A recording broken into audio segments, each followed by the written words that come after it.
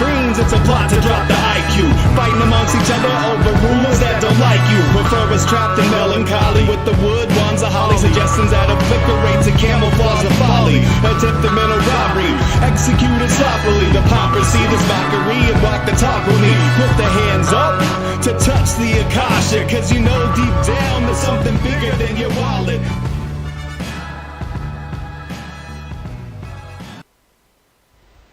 Sweet eternal balance of all that is good, true, and beautiful, friends. My whole life I have been waiting the coming of something so world-altering and life-shattering that societies would crumble under its coming and the transformations would leave everything we ever knew unutterably changed forever. But holy fuck, did I not see it coming in the form of a virus barely more deadly than a normal flu. What a letdown. Except it might not be that at all. In fact, it might be that the cultural death-inducing viral response was just a cover all along for objects bigger than our imaginations hurtling at us from farther away than we could ever hope to measure. What the hell is happening in our skies, and what apocalyptic revolutions do the harbingers bring? Here with me tonight on Rogue Ways to unpack all the signs and symbols at our disposal are two badasses. One is the returning Derek Murphy, aka the Night Stalker. You can find Derek's particular brand of ginger genius in the archives of Rogue Ways on episode 1.19, where he'll take you down a crazy path of dark rituals on the rivers of the world. And you can often find him on Clyde Lewis's Ground Zero, as well as on Lightning the Void with Joe Rupe. Derek, my friend, welcome back to Rogue Ways. No, Lindsay, it's really great to be back. It's so always awesome. Fun hanging out. We got the Got a lot of star-studded weird crew. stuff. Right? I love it. So our other resident badass tonight comes from the myriad background of hilarity and intrigue, combining a background in ghost hunting, paranormal research, pro wrestling production, and he's the creator and host of the hilarious throwback to Phil Hendry style audio sketch comedy, The War on Morons. Jay Ritchie, welcome back to Rogue Ways. Good to be here. I'm excited. I love the character, the background. You're ready. It's awesome. The background is awesome, yeah. I had to come here live from my post at Space Force. True, yes. Thank you. I know it's hard to arrange. I really appreciate that. So before we jump into it, I want to remind everyone to go to rogueways.org and check out the gear that you can buy there. You can get tickets to our Logic event this summer, which we're crossing our fingers that we can still make happen. We're planning to make that happen. Get a tarot reading. You can grab my books while you're there. And you can also find my PayPal button if you'd like to support the show by a donation, or you can go to subscribestar.com/rogue-ways and support me through that and support the show. If you found value in Rogue Ways, it would be awesome if you share that value back. You can also share, of course, with super chats through YouTube, and we also have now YouTube subscriptions. So same as the Subscribe Star, you have different levels. You can choose your poison and your support through that. And finally, I'm selling some beautiful orgone pendants. I'm going to have those up on the site soon, but there is a picture and some idea of how you might order these through me on the community tab of the YouTube channel as well. So lots of stuff going on, and now we will jump into things with the pointless question of the episode. I was going to ask you guys, what is your favorite way to bring levity or light into the Corona Shmona panic of 2020? Well, I just love mocking anything. All the time. Especially if it's something that's designed to make us feel down, designed to take our power, to oppress us. The best thing you can do, not even rail against these people, just make jokes out of them, laugh at them, mock them. It feels good, and it takes away their power. Damn, it feels good to be a gangster. For me, like, I kind of like to interject a lot of the like the pop culture, weirdness, synchronicity type connections with all this kind of stuff. Like, the heavier the topic, so I sometimes try to lighten it up with, like, hey, it kind of reminds me of this comic book and stuff. And, like, in the beginning of this whole virus thing, it actually was this weird Planet X asteroid thing we're going to get into tonight. But, like, over the last couple months, it's become, like, weirdly real. And now we're going to talk about all that stuff. But, like, for a while, it was like, hey, guys, what if it's actually this? And, like, I know it's weird, I know it's stupid, but and now fast forward a few months and, like, oh, shit. Uh-oh. Oh, shit. Yeah. Well, and everyone should probably know that I, like, the topic of the show tonight, I just was enlightened to by you guys, what, yesterday or the day before? on some random thread, and you guys were talking about it. I was like, this is crazy. We should do a show on this, or you guys suggested we do a show or something. But that's the extent of my diving into this, except for the notes and ideas that you guys have shared since then. So my mind is going to be blown along with everybody else's, just kind of as usual. But I like normally to bring... no, go for it. Normally we always like in the group like throw ideas out like every day, and really like we're on the same wavelength all the time. But I work at a supermarket, for anyone who doesn't know, and I'm getting absolutely crushed with this whole virus thing. So I'm working super long shifts, and I'm just so tired. So when I come home, like doing this stuff like keeps me awake, and like finding these rabbit holes like gives me energy, and I can't afford to not sleep. So for the last like month, I've just been like turning my brain off essentially. So the other day or 2 days ago, I was like, hey guys, have we not talked about this whole asteroid thing? And then we all started talking about it, and here we are. But there's a lot of weird synchronicities and a lot of weird shit going on right now. It's crazy. Yeah, it just makes sense to me that, the virus, there's only so much you can talk about it, and really it doesn't make sense. Nope. So when you think of something that doesn't make sense, well, sometimes you got to get really weird with it to find something that does. So I think there might be, hopefully not, but there might be a little bit of truth in this. Yeah, well, I'm like I said, like very new to it, and so at first I'm kind of like, we always see these asteroids are coming, it's gonna be a close call, and there might be fragments, and then it never happens. So in my head, my instant reaction is kind of like, whatever, it's just gonna be like another of the same thing. But it's like with the power outages that they were doing in California last year, it's like they get you used to like, oh, you're going to be out of power for like weeks, and then it's only off for a day, and you're like, oh, that wasn't that bad. And they're like, no, this time it's going to be weeks, and it's like 2 days, and you're like, that wasn't that bad. I feel like it's similar, and now maybe this time will be the time where it isn't not so bad. I don't know what to think, honestly, because I'm same as you. Like normally it's every week or every couple of weeks, like Forbes or New York Times or some whatever bullshit thing is saying, what happens in the event of an asteroid apocalypse, so constantly, like for years. So I kind of just roll my eyes, or just like when we're talking about like all the different like threads that we talk about, like my Titans thing or whatever, the asteroid thing has been tied into it from the beginning, but I've kind of like not really talked about that because it's been boring to me. Like, but like now all of a sudden, so that's why I always got to preface it with being like, I know this is weird and it sounds fucking stupid, but like there's just the way we talk about shit and these weird synchronicities, like this one in particular, there's just fucking shitload of them. It's been following you for forever. Yeah, I feel like we got to. I feel like everything all of us have been talking about for the last couple of years could ties into this. Yeah, it's been like just underneath the surface level of the public consciousness.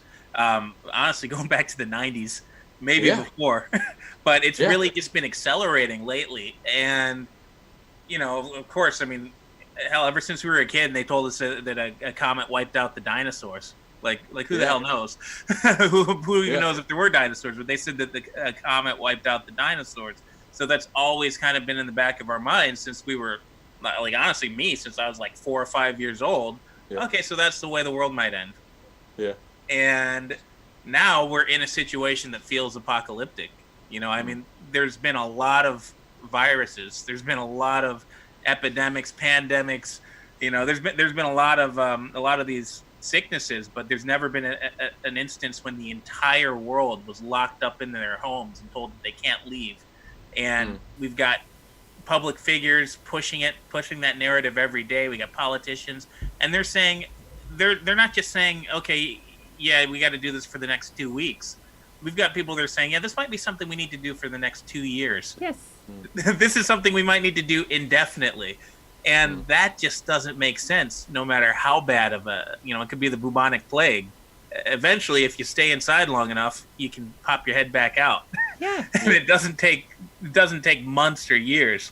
Well, and it makes me think they're hiding something. Yeah, and it's interesting because, and I don't necessarily want to get into like all of the aspects of this bullshit, but it's interesting that we were first told like we're doing this to flatten the curve and to let hospitals have a sort of a break so it's not everyone at once, because we acknowledge that a virus is going to spread and it's going to infect everyone it can, and you can't really stop that. You can just slow it. And now it's we want no one to get infected ever. No one could ever get infected and ever die, and if there's even one death, that's too many. And it's like, well, that'd be cool if we had that attitude towards everything all the time. But just to pick this one thing and suddenly be obsessed with, like, no deaths, 0 deaths is, like, very strange, especially given that the death rate is very low, actually, after all. But, you know, it just keeps changing as we go. And it's like, well, and then people aren't necessarily even noticing as it changes. It's like, first we have to stay in for this, and now we have to stay in for this, and we are being kept inside. And someone was pointing out that we're specifically being kept away from, you know, oceans and beaches, and I couldn't figure out why, and I was like, I don't know, it's probably just because we're being crazy and we're just staying out of everything. But after looking at some of the notes that I guess we'll get into later, I'm like, shit, there's a pretty good reason why with this scenario. Yeah. Well, I was just going to say, there's the one constant, you know, the narrative's constantly changing, the reasoning's constantly changing, but there's one constant, and that is stay inside and don't look up. Yeah. Exactly. Yeah, exactly. And it's just like, no matter what you think is happening right now, like no matter what your favorite theory is, the only thing we know for sure is that, like, this, what we're going through right now, is, like, going to be in the history books. Like, it's going to be a blip. It's going to be, like, a thing that we all dealt with. Like, do you remember when? Type of scenario. So just, like, those times are important. Like, we got to look around for everything that's going on, and I feel like everyone's just talking about the same thing. So immediately I'm thinking, like, well, what else is going on right now? And this could be it, you know? Definitely. So I guess we can get into how many near-Earth objects have been around recently. The only one that I remembered was I don't even know how to say it, but the Oumuamua or whatever. Yeah. That one. Oumuamua. That one was big in my head. That was a big deal when it was happening. Yeah. So I don't know how much we want to break down every individual thing, just because this is like Oumuamua, depending on like which show you listen to, has been like being given ear beatings for the last couple of years. We've been hearing about it ad nauseum and stuff. But essentially, it's for people who aren't aware, it's like the first interstellar object that came into like our solar system, and people think it's a UFO or whatever because of the way it like kind of sped off and stuff. But the most interesting part to me that I always like touch on is the thing that Chris Knowles said about like the Siren Saga thing and how it came out of Vega, which is in Lyre, the constellation Lyre, and then at the same time, so that ties into the whole Phoenix symbolism and the Lyre, like all that kind of like the whole Phoenix saga thing. Plus, at the same time it came out of Vega was the Vegas shooting, and Las Vegas was in the Stanley Cup Finals. Their first out of nowhere. Yeah, their first year in existence. They were invented that year. The Vegas Knights, the Vegas Templar Knights. So it's just that kind of stuff. Like, so I feel like we've got to give a big disclaimer because I know like a lot of our friends don't even believe space is real. True. And, yeah. like, it's right behind me. It's right there. He's in space right now. Exactly. Yeah, we have proof. You can tell it's real. I mean, look how fake. Right. Yeah. And like that is fine. Like my favorite theories are the ones that include everything. That it doesn't matter like what the construct is, that it all applies. So in this scenario, like essentially I'm saying that it's just things that are happening in the skies, no matter what the skies are, plus the overall zeitgeist, plus the headlines and just the major moves of like the most powerful things are all kind of coalescing into one. So that's like what I'm really focusing on. Like the makeup of space is not really like important. No, because even if you didn't believe in space, you could still understand that they could then reenact or recreate like the idea of an asteroid hitting and the damage that would come from it and all of that. Exactly. Yeah, if it's far enough away and if it's big enough, I mean, you don't know what the hell it is. If I stomp on an anthill, they don't know what the hell a foot is. Yeah. They just know they're getting crushed. Right. Yeah. Now, when I think of a Oumuamua, if I pronounced that right, the thing that really drew me to that when it first broke, I think I heard it on Ground Zero, I think, first, was just the name. I mean, it's such a weird, strange, random name for an interstellar object, and it's Hawaiian, and it means scout. Like, I mean, we all know what a scout is. A scout is the first, the first member of an army that goes and checks out, what's about to get attacked.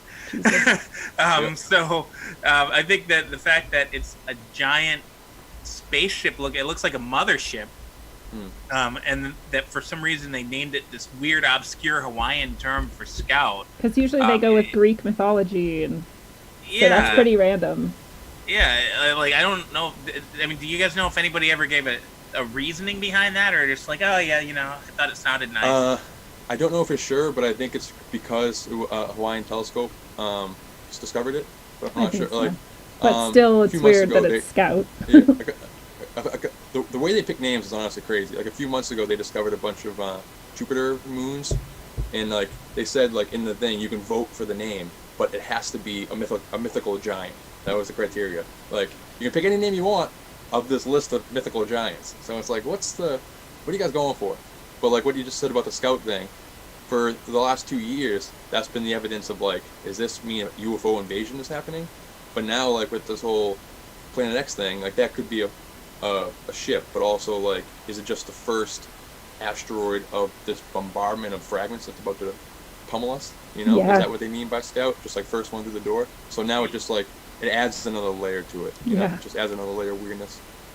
Yeah, the way I like to think of it is it's the Silver Surfer. Yeah. it's the herald. It's the first thing we see before the big boy. Oh yeah, definitely. That is interesting that it could mean either or both. Like so many of these things, it could be looked at from very many ways, and in the end, the result is still terrifying. Exactly. Yeah. Not terrifying to like. I mean, I don't want to be like fear porny about it and be focused on the bad. I'm not actually. When I say terrifying, I just mean world changing. How about that? Yeah. I'm not scared at all. Like I'm not coming from a place of fear. Right. Like, so this is like an emergency like episode and everything, but like more of like a holy shit, look at all the shit we found, guys. Not like a we're all gonna die. Like that's not how I feel. I'm just like, this is fucking crazy and we should talk about it. Yes. But I'm not scared. I just think it's weird. And people could die at any given time from any given type of disaster or calamity, and so we shouldn't always live in fear of the things that might be true. Yeah, I mean, most people, they die of like heart disease or something. We could die in an apocalypse. Right. I mean, yeah. How many people get to say that? Hell yeah. I like that vision of like, I know it's a totally different thing, but in like Rogue One when they're like standing watching the fucking cloud come, or it's in like a bunch of disaster movies too. I'm like, I feel like I would be hopefully in that sort of a space where I'd be like, fuck yeah, this is amazing. Yeah. Like, watch it come. Yeah. Like Randy Quaid when he's like going into the ship at the end, like I'm back, and he goes into the ship and blows it all up. Remember? Like that's how you want to go out. Not like hiding in your room. Right. Like with the mask on, bored to death. Yeah. But like I said, like whatever you think a movie was, the important thing was like it was a massive story. Like in our conspiracy fringe communities, but also like in mainstream science, it's huge. And then it was the first interstellar object, and then the second one happened more recently, and that was Borisov. And that kind of like started. That was the second interstellar object, and that probably a couple months ago. And that kind of started ramping up. Like now we're getting these objects seemingly constantly. Like if you were to go to the Near Earth Object like index, like the space.com or whatever, and look at all the ones that are coming, it's honestly every day. Like, we don't hear about them all the time, but it's crazy. Yeah, and I mean the CDC tells you not to do it, but just go outside and look up. I live in a big city, and I go outside, I look up in the sky, and it looks a lot brighter than it used to. And I don't think it's because we're not driving around as much. Like, I'm seeing like brighter stars. I'm seeing a little bit more movement up there. We're hearing those booms. I actually heard the like weird noises in the sky here. It wasn't that recently. It was a couple months ago, but it was loud as hell. And like I went outside even like wondering what the heck made the noise, and I didn't see anything. Yeah. I mean, I know that's happening a lot lately. Yeah. The booms are one of my favorite things to talk about. The booms is so cool, or not cool, but it's just fascinating. Like to theorize about it. Because my favorite, I always immediately go to like the crazy, weird, synchronistic, ritualistic, like unwieldings that the elite are doing and stuff. So I don't know if we talked about this, but my favorite theory for what those booms are is that they're like a reaction to these rituals that are happening. So like in Lovecraft, in A Dunwich Horror, which takes place in my neck of the woods at America's Stonehenge, and it's going to be a movie soon. The main character is doing these cattle mutilations, these blood rituals on the stone circles, and he gets like he gets caught by the townspeople because when he does it, like the skies light up with fire and the whole town shakes. Like it causes these mysterious rumbles and booms and stuff. And we've been tracking these weird like ritualistic events over the last few years, and as these booms are also happening, you know. So it could be anything, but if like there is some kind of apocalyptic revelation type biblical thing happening right now, booms is definitely something like something trumpet calls. Yeah. Yes. Exactly. I always thought oh, sorry.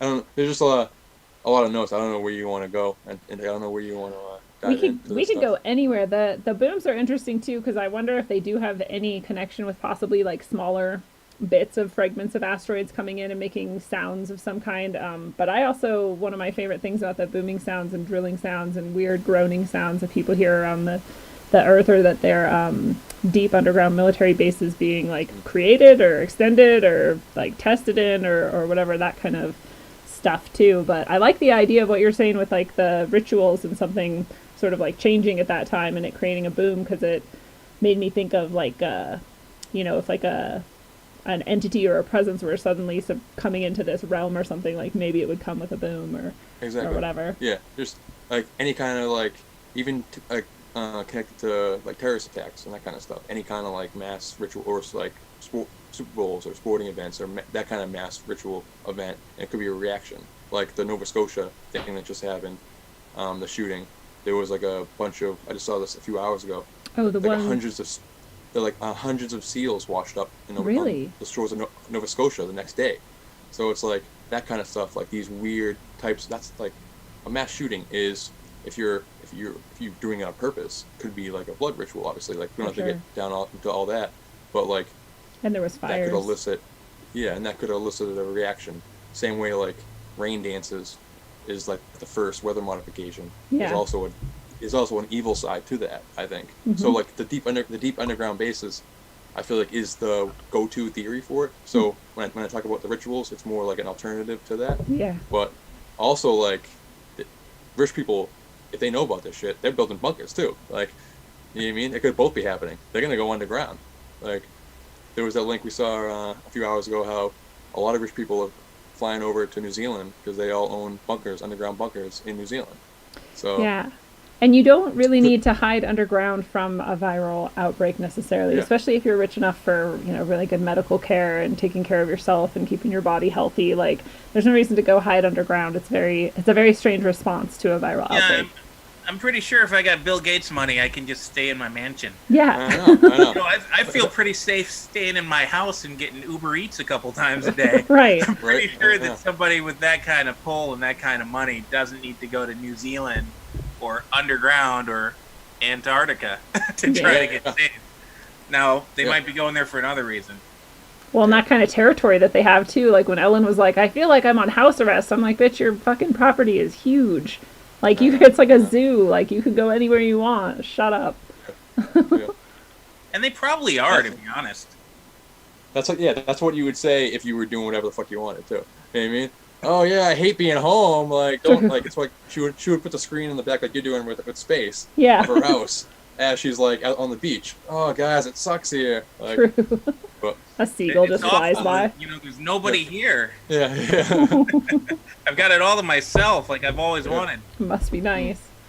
But yeah, that bunker article was interesting because I didn't even know New Zealand was sort of a place to have a bunker, and I don't know why you would want to be in New Zealand specifically. Like, why not Colorado, for example, or somewhere geologically stable? I think it's just maybe just cheap real estate. I think maybe they bought over there. Also, like I don't know why Tolkien picked New Zealand and Mordor are connected somehow. So like there's something mystical about New Zealand. I don't know what it is. You know what I mean? Yeah. But I don't think that's a weird one. But it's an island. It's the last place you want to go if the sea level's going to rise. I mean, it's about as remote as you can get while still being part of the, connected to the world. To the west. Western civilization. Yeah. And I mean, it's probably an easy hop, skip, and a jump from New Zealand to places more remote. I mean, how close is it to Antarctica? Ooh, pretty close, huh? Yeah. I mean, they've been going down Wow. Antarctica a lot lately. There's, and that's something that we aren't allowed to go to. This makes Yeah. me wonder if the reason why they chose that location is because they know where something might strike, and that location is not only out of the way of the affected area, but also like maybe Antarctica becomes habitable again after that, or I don't know what they know that we don't know. Yeah, if we get a total polar shift, I mean, anything could happen. But True. maybe they figured that'd be a safe place during the wobble, and that'd be nice. Maybe that's where they already built their bunkers. Maybe that's near the portal. Yeah. Yeah. I like the wobble somehow sounds so like, I don't know, like childlike and like playful. It's like actually going to be like life-shattering death, but it's like the wobble. It's just a wobble. Well, so Borisov was another asteroid that we were talking about, and something about them both breaking up, or was it just Borisov that broke up into pieces? So Borisov was reported like 2 or 3 weeks ago that it was kind of breaking up into pieces. And this is totally one that's not going to hit us at all. It's just flying by. It's just flying by, yeah. And then Atlas, this one that is coming any day now, I think. I think the 29th. A I think week. that's the new doomsday. Like a week from now, yeah. But like we should be able to start seeing it like in the Big Dip. Like it should be a big emerald star in the Big Dipper region, like starting like tomorrow morning, in So the dawn hours. So you can just look up there and see it all day long, as long as it's dark out for the next week. Like as it gets bigger and brighter and scarier. Yeah. And Pretty freaky. anyone now who has any familiarity with the Hopi is now like ding, because like there's the blue light in the sky, or however they described it, right? Yeah. I mean, I guess emerald And, is like, green. I don't know, but it's similar. It just reminded me of Fortnite. Fortnite. Yeah. For real. There's a little predictive programming in there. Why Wasn't Fortnite? Well, I've never actually played Fortnite, but Me either. it's a video game and the kids love it. It's like I don't know, like a multiplayer shoot 'em up or something. And you dance and stuff. Yeah, it's basically like an online world you live in. So, for the same way they do Super Bowl rituals for sports fans, because they live in. If you're a sports fan, you live in that sports world. That's how you get your predictive programming, your information. If you're a Fortnite fan, this is like the biggest game in the world. You spend 10 hours a day on it. If you're in quarantine, you spend it all day. Like that's your world. Like you're more at home, plugged in. So, a few months ago, maybe like 6 months ago at this point, they had an event where I don't play it either, but I think it was a black hole opened up in the sky and an asteroid came out of I it. think it was like a It didn't start with that. It started with like a comet or an asteroid. No, I think the asteroid like came out of the black hole, or like, oh no, you're right. It was Maybe like floating in the sky for days at a time, and like I guess in this world, it's always going. So like you got your own little character, and you got your own little teams and stuff that you play with, but like you go to work, you go to school, it's still going on. It's kind of like mirrors the real world in that sense. And then everybody noticed one day, they're like, hey, there's something like way up in the sky, looks like a little dot. And then every day it got a little closer and a little closer, and then they realized it was, it was like a comet, and I think it eventually destroyed the entire game. Wow, that's what it was. I remember Johnny's little cousin was like devastated that Fortnite fucking closed down. I was like, what? So I guess the way they do it is they do seasons. So there was like season 1 or 2, whatever. So they were told by the Fortnite creators that season 1 or season 2, whatever it was ending. They weren't told when, weren't told like what was going to happen or how that transition was going to happen. But by season, it just means like, I don't even know, like just setting you're in, or just like that template you're in. But like Jay said, it's a world. Like you leave it, it's still going on. So people were kind of half expecting that like there was going to be some kind of change, but just all of a sudden you're playing, and then a giant rock falls from space, and your entire world collapses and goes to black. And it's like this is your world. It's more devastating for you than it would be if it happened in the real world, honestly. Yeah. So for like millions of people, they experienced an apocalypse. Like that in and of itself is like an important thing. Crazy magic. And then I think the game just went away. They didn't know they were going to get. Just went away. Yeah, I'm not sure about that. When the asteroid finally hit, that's when the black hole opened up. I saw a clip on YouTube, and I was like, I don't play this video game, but this is just so fascinating to me. And Yeah. the asteroid hit, and it like ripped a hole in the universe, and you see your team and your player, and everybody just kind of dies and disappears into the blackness, Oh. and then it just flipped out of existence. And they're sitting there holding their controller, and they don't have their game anymore. And I think it came back a few weeks later, but they got a little bit of a maybe a little bit of a preview. And that fucking withdrawal from not having the thing that you're immersed in all of a sudden, like kind of a precursor to the quarantine shutdown almost too. I know. Now, did the Simpsons ever have an asteroid? That's the question. Did what? If the Simpsons Oh, ever had one, we're screwed. Good point. I'm sure they did though. They've done everything. Yeah, they must have. Speaking of Fortnite, this was a weird one I found like an hour ago. I was taking a break from studying for this, and I was on Snapchat, was messing around, and so another weird predictive programming thing was like this Fortnite thing during 2 Super Bowls ago. Not this past one, but the one before that. It was Patriots versus the Rams, and during the halftime show, or that day in the group, we were talking about what we think was going to be the final conclusion, and I know that like a lot of people believed that the Patriots were going to lose because that was the narrative that we were feeling, was the decline of the American, and that was like, yeah, that makes a lot of sense. Like, that's probably going to happen. But randomly, I found this, I made the connection about the slaughter of the ram to draw down these cosmic entities. So I'm like, guys, and that could mean I took it as like a Titan, like a Lovecraftian entity, but then also like, or asteroid, and I kind of brushed it off, like whatever. But then during the halftime show, during Maroon 5 or whatever, the guest spot was Travis Scott, and the abyss opens up, gates of hell opens up, he jumps up from beneath the stage, or an asteroid comes down first and crashes into the stadium, like it cuts to a screen of this big glowing green asteroid comes down, collides with the stadium, and then cuts back to the stage, and Travis Scott jumps out of the gates of hell. And do you remember what song he sang? I don't. This just came to me. I don't listen to Travis Scott, but I remember, for some reason it stuck with me. What? He sang a song called Sicko Mode. Yeah. That was the Weird. biggest song in the world at that point. Sicko and asteroids. Yeah. So wait for this. Like, I mean, they love putting these, predictive little nuggets in the big sports Wait for this though. Things. That's freaking me out, man. So like I bring that up, like we're just really getting started. There's some crazy shit that we're about to let loose on, but I bring that up just to say that today I found that Travis Scott's album that he was promoting, the reason why he did that is called Astro World, and so his whole theme is like he's like young party, like bringing the party for the younger generation, but also like that space astro shit, like but also like Houston, Texas, so like sipping syrup and everything. That's his brand. So he's doing, with all the quarantine and stuff that's happening right now, he's doing a virtual concert on Fortnite this week. It's like the first of its kind or whatever. It's a big, huge fucking deal. Is it on the 29th?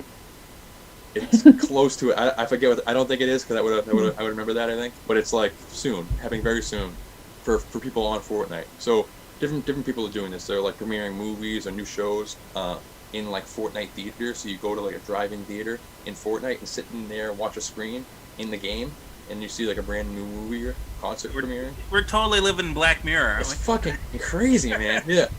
So he's doing that in Fortnite. So those two predictive programming things that we were planning on talking about tonight anyways, I just find out are kind of coalescing and it's calling it like, I took a screenshot of it, but it's like Astro Universe something, and it's like all astronomical based. It's all about space, and it's all like Saturn rings and designs, like the Astro is a Saturn like emoji, and this is like gonna be pretty weird, but there's a bunch of like skins and different avatars you can pick, like different crazy, I don't know how Fortnite works, but it's like outfits and shit, yeah, like different guns, like shit that like people, like templates, whatever you call them, that people buy, and the little dances can change too. Yeah, exactly. So like they're all him, but one of the ones was a tattoo on his back in the shape of a cross that was all like, looked like it was like branded on him, but like it was on fire. you couldn't really see it, so I took a screenshot of it and zoomed in, and it's Cactus Jack. So all rappers have random like names they call themselves in rap. They're just part of the game. Is it Cactus Jack the wrestler? Yeah. So it's just like yeah. So they just do stuff like that. Like they call them, like they love that shit. Like they call themselves Ric Flair all the time and like all that kind of stuff. But they just adapt these names. Or Lil Wayne calls himself Tunchi and all that kind of stuff. It's like their little personalities, like, alter personalities. Yeah, exactly. So yeah, it's like Beyonce does it with her little character, etc. So, but the way they did it, like flaming and a cross and everything, and it was like they was very prominent. So the past few weeks, I'm not a big gematria guy. I understand. I like the concept of it, but I haven't really. I just felt like I shouldn't get into it because I'm already going crazy enough as it is. You already have too many avenues. It's just I don't need that right now. Yeah. But lately, I've just been tossing in random stuff in the gematria calculator online. So I threw in Cactus Jack, and I got some fucking crazy shit. Let me read them off real quick.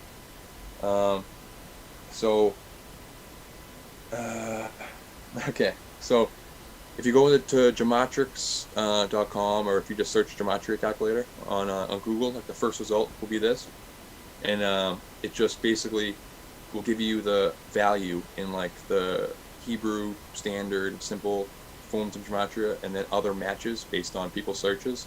So anything anybody searched for the value of is on the records, and it will, like, the more it's searched, the higher it will be on the list. So for Cactus Jack, we have Leviathan, which will tie into this later, Planet X, Napoleon, which has that Waterloo meat market. Ooh, yeah. Just closed down. Kronos, two different spellings of Kronos have the same value. So the K Kronos and the CH Kronos. Red Horse. There's a couple crazy ones. The Dragon. Red Horse, isn't that one of the horses of the apocalypse? Exactly. Yep. The Dragon. Which one was the Red Horse? Let's see. The one that follows. I'm not sure. I don't know. I'll look and you can keep going. I'm just reading off the good ones. Like, there's a bunch of ones that don't, like, the way it works is it's just any phrases that match those values. So there's a bunch of them that don't make any sense. I don't know if you guys can see that. A lot of them don't make any sense. So I'm just reading off the ones that apply, that are weird. So there's the Dragon, which Planet X is sometimes called the Dragon. A lot of, like, that's how this disaster is represented, as this flaming serpent or flaming dragon in the sky. There is another. The red horse, just to throw it in, is the supposed to be the division of empire, or the taking of peace and the creation of war. Well, Kung Flu was a match for it. Kung Flu. Which is what they're calling this, and Cosmos, Deep Impact. Deep Impact. That's a weird I think that's one. a good place to take it next after this round. Yeah, Deep yeah, Impact. definitely. Also, wrap it up real quick. Data mining, and then Tarrant, who's the last name of the shooter of the New Zealand shooting from last year. And his name means, like, river water, I'm pretty sure. The etymology of it, which is just a weird connection for us. But I saw those and I was like, what the fuck? That's fucking crazy. But yeah, if you want to talk about the Deep Impact thing, that's Yeah, no, I think that's huge, especially kind of following up like the Fortnite and the Super Bowl. Like, you know, we've got all this stuff going on in space now, all these close calls right now, and hopefully not one coming up next week. And then in the year leading up to it, there's all this stuff in pop culture showing, you know, comets and asteroids and all that stuff. I saw you put something in the notes, and I thought it just blew my mind about Deep Impact and Armageddon. Yeah, so I was listening to Ground Zero. I just want to throw this out. You mentioned in the beginning, you can hear me on Clyde Lewis sometimes. I have no affiliation with Clyde at all. Right, sorry. You're You're just, sometimes. yeah. You're the person who, right. Yeah. I don't even know if he enjoys it. I call him. He better. Yeah, so he was, like, I've been so bombarded with, like, the work that I haven't been doing my own research. So basically, my only thing is just whatever I'm hearing from the podcast. When I'm listening to Rogue Waves, when I'm listening to Clyde, or when I'm listening to anything. I'll find the connections that way. And if it's not happening through that, I'm gonna miss it. So Clyde mentioned this 1998 OR2 asteroid that's coming on the 29th, and because I was doing this Titans thing from before, from like a year ago, 1998 was the year that asteroids are probably biggest in our collective consciousness, in the zeitgeist, because that was the summer that Deep Impact and Armageddon came out the same summer, like within 2 months of each other. So that in Hollywood is a weird thing. Like, that's one of those things that movie fans talk about. It's like, why did they do that? Why did they release 2 asteroid disaster movies? It takes a long time to produce a movie, you know? It's ridiculous. And Especially it's just this, like, probably in 1998 when the like CGI and stuff was a lot more, I think, time consuming and expensive. and it's just hundreds of millions of dollars go into that, and just like Marvel and DC and all these they know when they're releasing each other's movies. So if they know that their opposing production company is releasing their asteroid movie over the summer, you're just not going to do that at the same time. You're just going to wait, you know? Like, you'll do it a year later or whatever. But the fact that they came out 2 months between each other is crazy in and of itself. But then, so Deep Impact came out a couple weeks, I'm not reading it, but a couple of weeks in May, like one of the first weeks in May. May 8th. And then July, like 1st. early July 1st was Armageddon. And then, so the comet, this one that's going to be seen on the 29th, was discovered in July 25th. So Just after those came out. just after. So even if you were thinking like, okay, you call it, it's not that weird, you call it 1998 because you discovered it in 1988.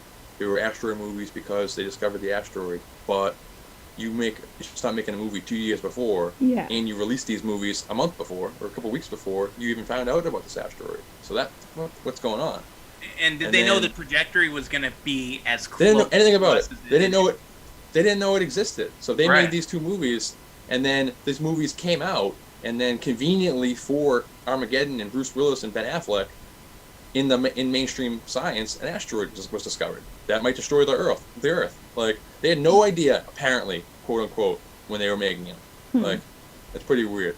And then Clyde mentioned it on the show, but they did the same thing happened this week or a couple weeks ago, where that Gerard Butler movie, Greenland, the trailer dropped for it, which is literally this. It's like fragments of an asteroid coming to destroy the Earth. And I guess the plot of the movie basically is that he hears the elites are going to Greenland, to these bunkers, so he's trying to get there. And it's like a 2012 type movie, but all about this asteroid coming down. And then after a day of being up there, like the trailer being out, they pulled it. The people making it pulled it for no reason. You can find it obviously, but the official release was pulled for no reason. Weird. That's rare, and right? That doesn't happen. Also weird that, like, remember last year when Trump was trying to buy Greenland, or the idea of buying Greenland came up randomly? And pretty random, right? Wow. Yeah. And then Can I clarify? This OR2 that was discovered in 1998, right after these movies were released, is the one that's supposed to be coming by on the 29th, and it's also called Atlas? That's the one. Okay. I don't know if that's the same one. No, Atlas is a comet. So Atlas is going to be seen. I'm not sure. I don't know for sure. Oh. But I'm 75% sure that they're different. 2 different I keep ones. getting them mixed up, and like I think it's There's like so C19. many of them now. There's so many. Like literally there's a lot. So there was ones that just happened like a couple days ago. That just like were flying by, like 2020 GET, like G whatever. They weren't important. But then there's a comet Atlas. Atlas is a comet, and then the one on the 29th is an asteroid, I think. Isn't there one called like C19 or something like really I think close? that one might be Atlas, I think. Yeah, that one might be the Atlas one. And that was discovered on the day that the virus was discovered in China, on the 26th of December, which is crazy. And the same day of the solar eclipse that happened in December, which is crazy. Or within 2 or 3 days of the solar eclipse that happened, which is just weird.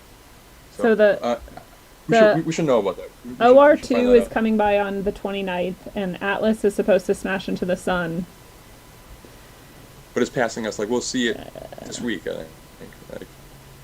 Like that's the one we should see tomorrow morning, I think, at dawn. Right? Is that when it first becomes visible? I think so. Yeah, like everything in I'm the seeing range of is the Big Dipper. everything I'm seeing is Sorry from guys, like we should last know week. this already.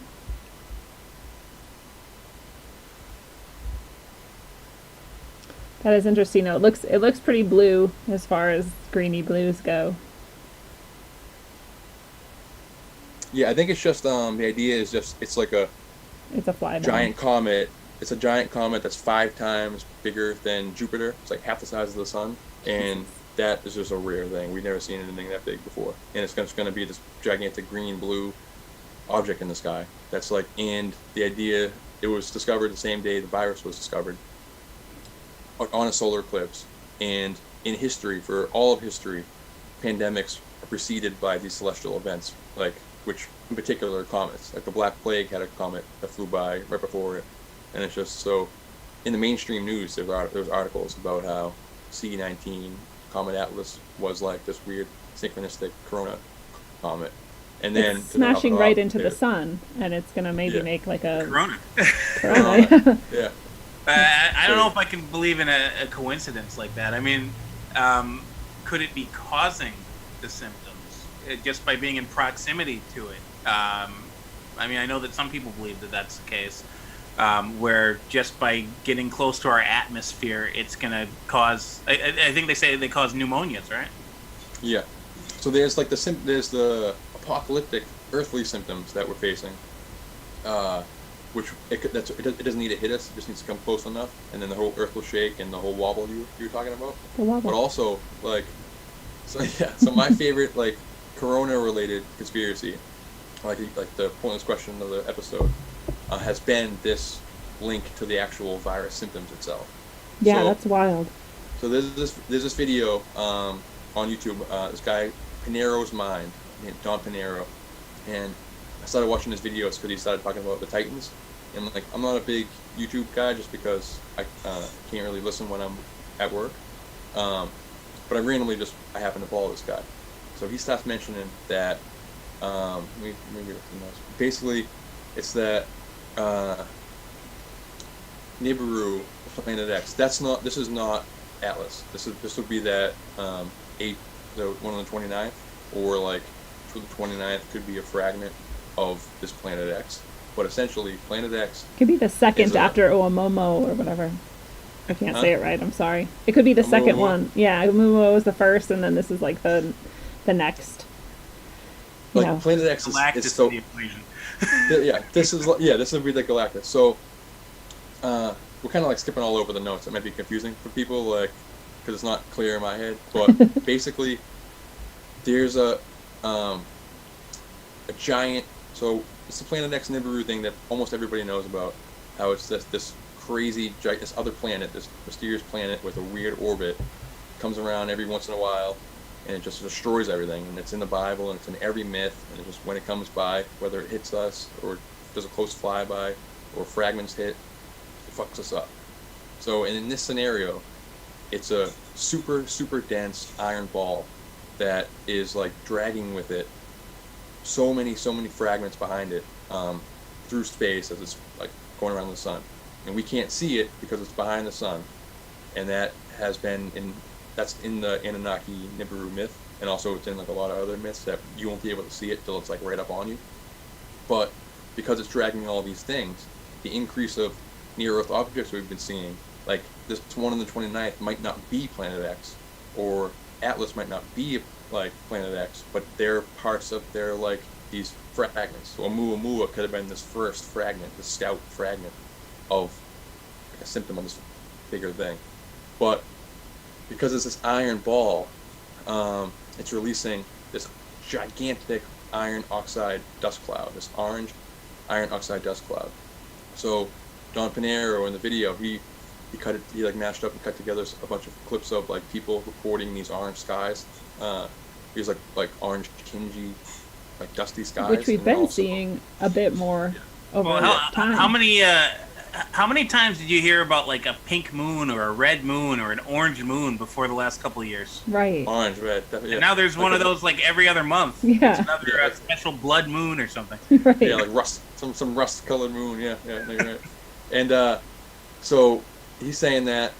So So in the video, he cut together the symptoms of the coronavirus from one of the corona specialists on TV, and the symptoms of iron oxide dust inhalation pneumonia.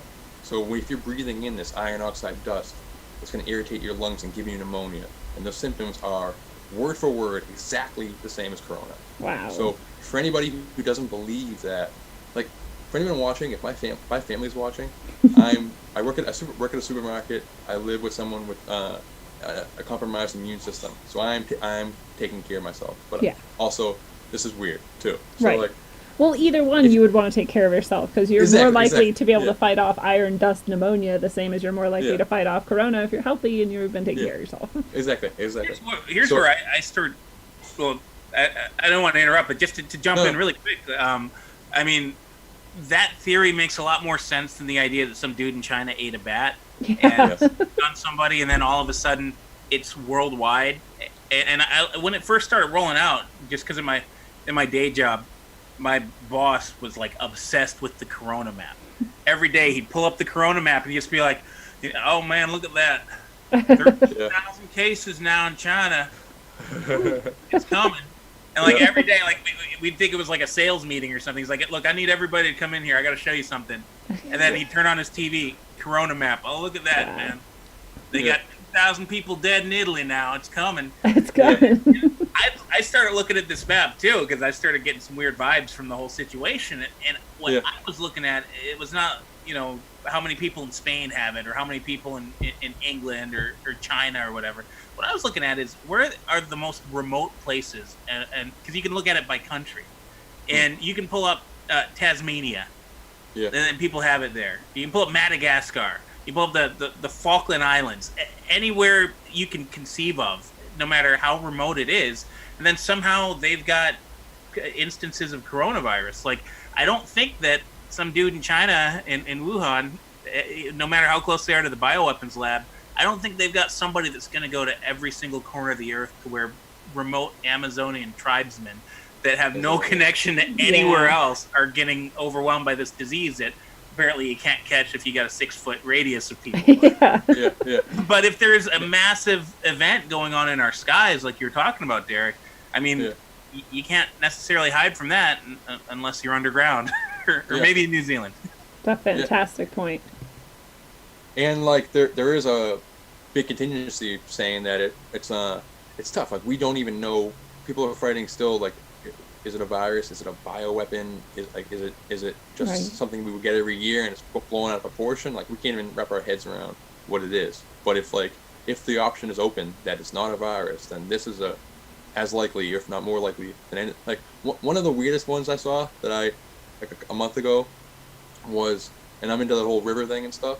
So that there was a story about, like, from a mainstream news article about how the reason why it's so global and doesn't make any sense, like clearly it couldn't be contact based on how randomly it spread out, is because there was some weird Nile river like boat cruise that had just this weird hodgepodge of people from all over the planet with someone on it, like in the Nile, and they all got it and then went out to back to their own places, and that's how it spread. Like, so the most oldest and mystical river on the planet is this base of created this giant pandemic. And as soon as I saw that, I'm like, weird. I don't know. But there might be truth in the story, like in every myth. I mean, there's a nugget in there. So maybe that's like a metaphor. Maybe that's what I was thinking. Yeah, like a river ritual. Yeah, that's what I was thinking. But this also makes just as much sense. That it's just as this is crossing, it's doing its last little path around the sun. It sprays the soul. It's the hundreds of thousands of mile wide cloud, and it just spreads across, and it'll hit different parts of the planet worse than others. And it adds to the idea of why they're pushing the mask idea so heavy. Yeah, when, and like, not just any mask. I mean, I know they're saying, get some cloth, get a bandana, whatever the hell. But they're saying, like, get these, like, special, like... dust masks. Yeah, dust masks. Like, I don't need that to avoid from some dude coughing on me 6.5 feet away. And Lindsay, you just posted like 45 minutes ago about how if you're not sick, the mask is not going to help. It's probably might make you give you a higher chance of getting It's sick. more likely to get you sick if you're not. The point of the mask is supposed to be to protect your shit from spewing out on everyone else and infecting them if you are sick. That's the point of the mask. But everyone's supposed to wear it now.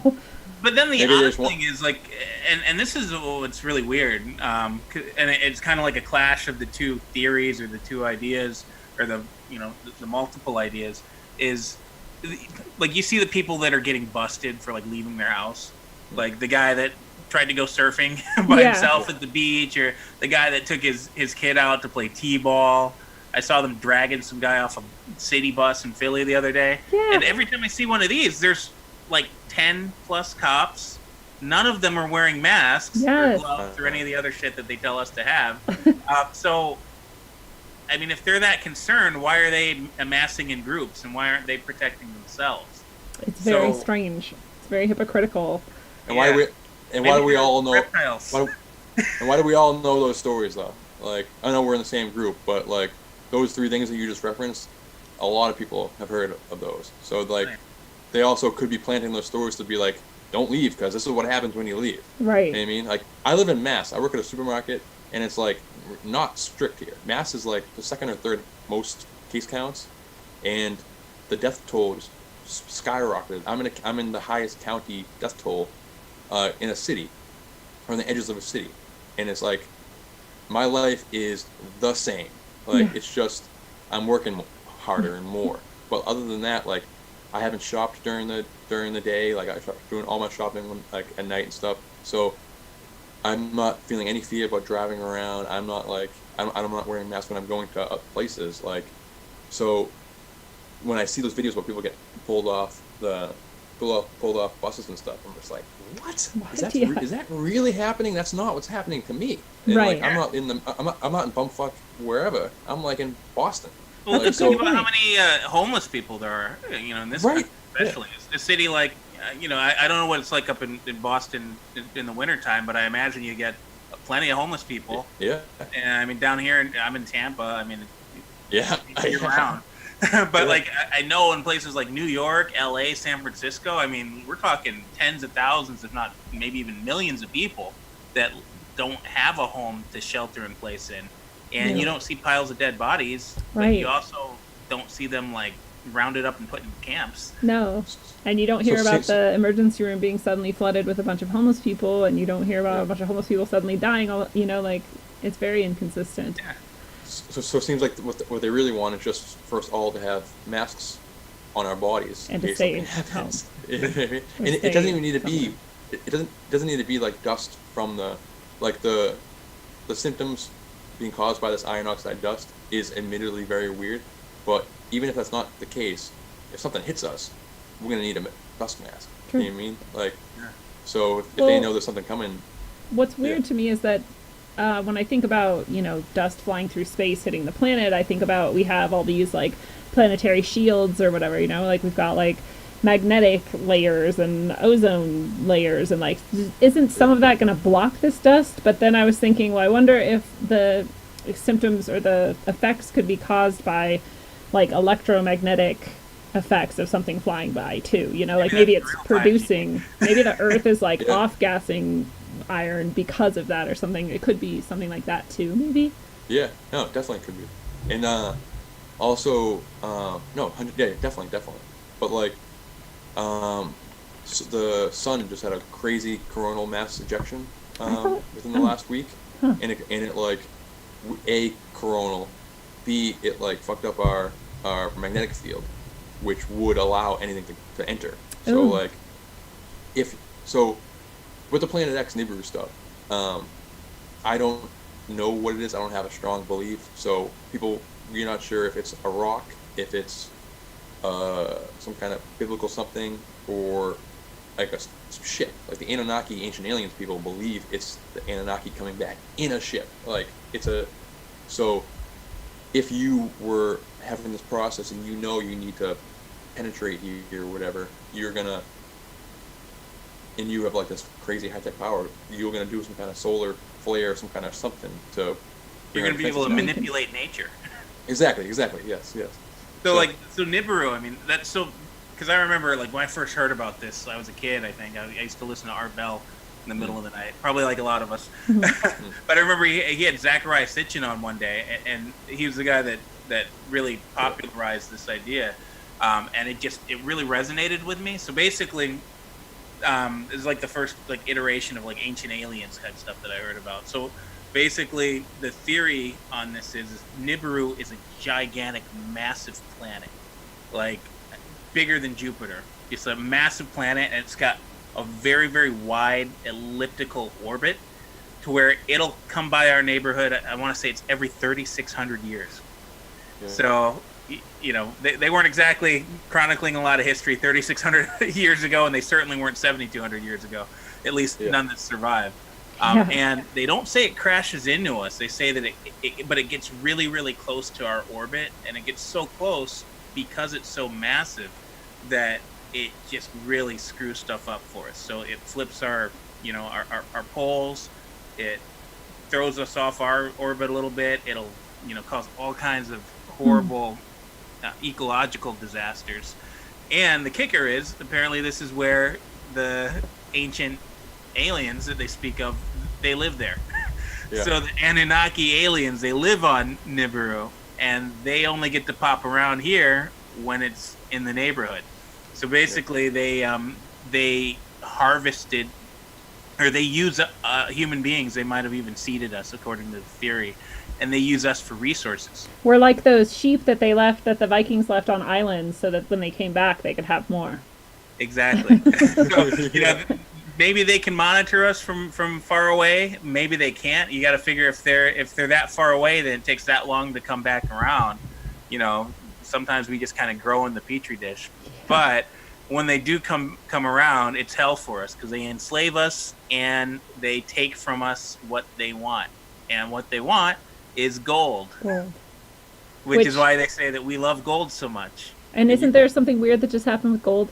Yeah, this is crazy. You brought this up earlier. Yeah. So gold is basically, like when it comes to money, investing, the markets, gold is a safe haven. So if the stock market is ever down, gold goes up, because you got to figure the value of the dollar is lesser, or the value of goods are lesser. Well, what can you always count on? You can always count on gold.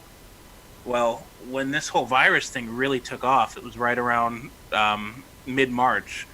The market crashed, as it will when you shut the entire economy down, and gold didn't go up. Gold went down, which never happens. Everyone that follows this stuff thought it was extremely strange. Yeah. And, if you think that, 3,600 years are coming around and the Anunnaki are coming around to collect, well, the gold's not really going to be worth much to us. They're just going to take it from us. So maybe somebody's in the know. Wow. Yeah, that's cool. Yeah, that's a cool idea. And weirdly, the same day, or within a couple of days that gold plummeted, uranium jumped up 31%. It was like an all-time skyrocket. And I only found that out because I've been doing random 31 searches in Google News. And so it popped up. And uranium is like, I don't know how it works per se, but isn't uranium used for like nuclear shit? Like, so and the bombs. the number one asteroid diversion tactic that the government has planned that we'll get into is nuclear stuff. So like the value of this uranium, this radioactive product, would be most valuable when you're going to need a ton of it to blow up these fragments of rocks that are about to hurtle and just like onto the planet. Is this what Space Force is really for? I mean, it's got to be for something, right? Yeah. I mean, it makes. I mean, just based on what we know, I mean, there's all kinds of conspiracies that we've had, secret space forces for decades that were fighting secret wars in space. If you believe in, Gary McKinnon and Captain K and all that stuff, we got all kinds of crazy shit going on up there. But why the hell would the President of the United States, who already has enough on his plate and enough people that are, they're parsing every word he says to tear him apart, why would he come out in the middle of his first term and say, hey, what we need right now is a freaking branch of the military and spaceships? Yeah. It's lunacy. It's crazy. Yeah. But you got to be doing it for a reason, right? I know. and that was like the angle that people were taking. It's like, oh, we got this this NASA, I mean this Navy UFO news is coming out. This like they've all that whole big thing that was going on like the past couple of years, mixed with the Space Force thing. So obviously everybody in the fringe UFO communities are like, well, this is the evidence we need. Like they're creating a Space Force because they know there's an invasion coming. But fast forward to right now, it's like maybe they're doing it because they know that this isn't going to happen instead. You know? Maybe that's where all the CEOs are going. Yeah. Maybe Space Force is taking them somewhere safe. Yeah. For anybody who hasn't heard, like CEOs are dropping like flies. Disney, Hulu, IBM, or Bayer, they're all resigning randomly over the last. It's been like 1,300 CEOs over the last year, It's and like crazy. a ton of like the Disney one was like a month ago. Like all these major ones Still are keeps Yeah, happening. right before the virus. Mega companies, the biggest companies, yeah. And like, It's all dropping like flies. and I like, I mean, this makes more sense to me that they would be avoiding disaster than it makes sense. It makes more sense to me than the idea that they're stepping down because they were caught, you know, with child porn That or never whatever. made. And, Yeah, that, which yeah. could be, it That could would be that, but would be amazing. but I I mean, they think, could be secret pedophiles, but I don't think they all are. yeah.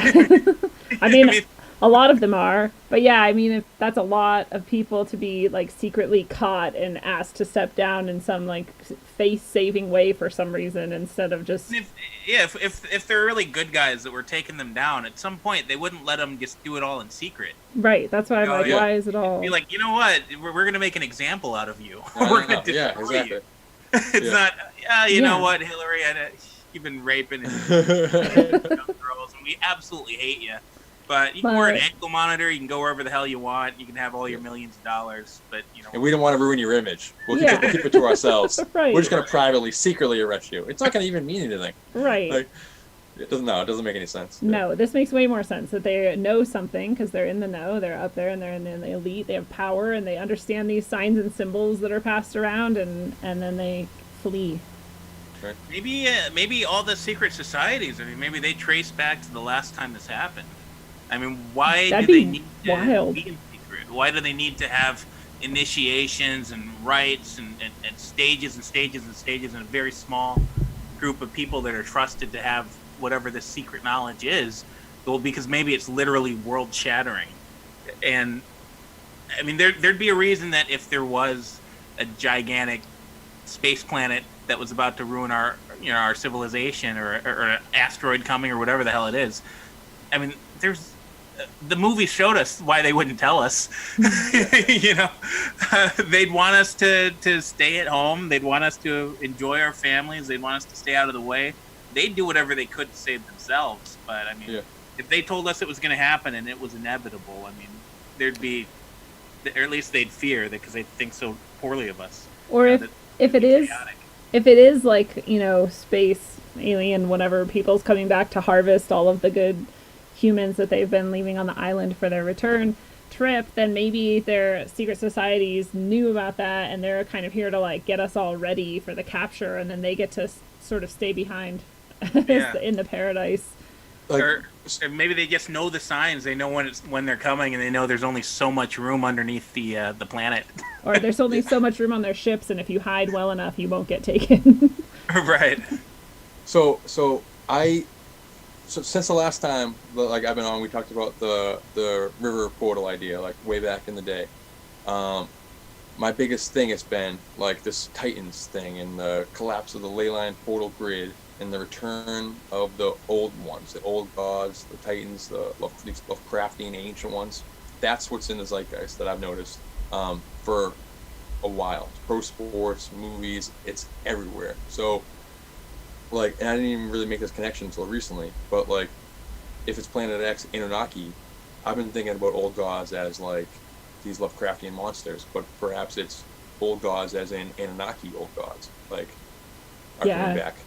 And if it's not, also like when the ley line portal grid collapse is like complicated, and I'm definitely not going to explain it right now because we just don't have time for it. But essentially, you're just like breaking the game. It's like you have a game of whack-a-mole, and like you're just like you're messing with all the holes until the whole game just bursts open. So the symptoms of that would be volcanoes and Yellowstone geysers and like quakes and fire in the sky and Boom sounds. like flips and boom sounds and asteroids. It would be the revelations. That's what it would be. So, but I'm just saying that to say that they could be bringing it. Like the idea of like the predictive programming. One idea is they're kind of trying to warn us or something, or for the camera aspect, but also like they could be acting out prophecies. Like they could be making these. If you put enough consciousness like power into that, they're trying to like make it happen. Yeah. They could be wanting this to come down. Oh, like, they're doing definitely seem like they Yeah. want. They are. Oh yeah, there's like evidence. There's examples of it, like them trying to genetically engineer was it like a red calf or something in Israel? Yeah. You know, there's certain things that you know, various holy books or, you know, prophecies say are harbingers of apocalypse or change or whatever the case may be, and they don't sit around and wait for it. We only live so long, you know. Yeah. The rivers just ran red with blood a couple weeks ago, and they were like, that's all the headlines. Rivers run with blood. Like, I think it might have been in Jerusalem. People were freaking out.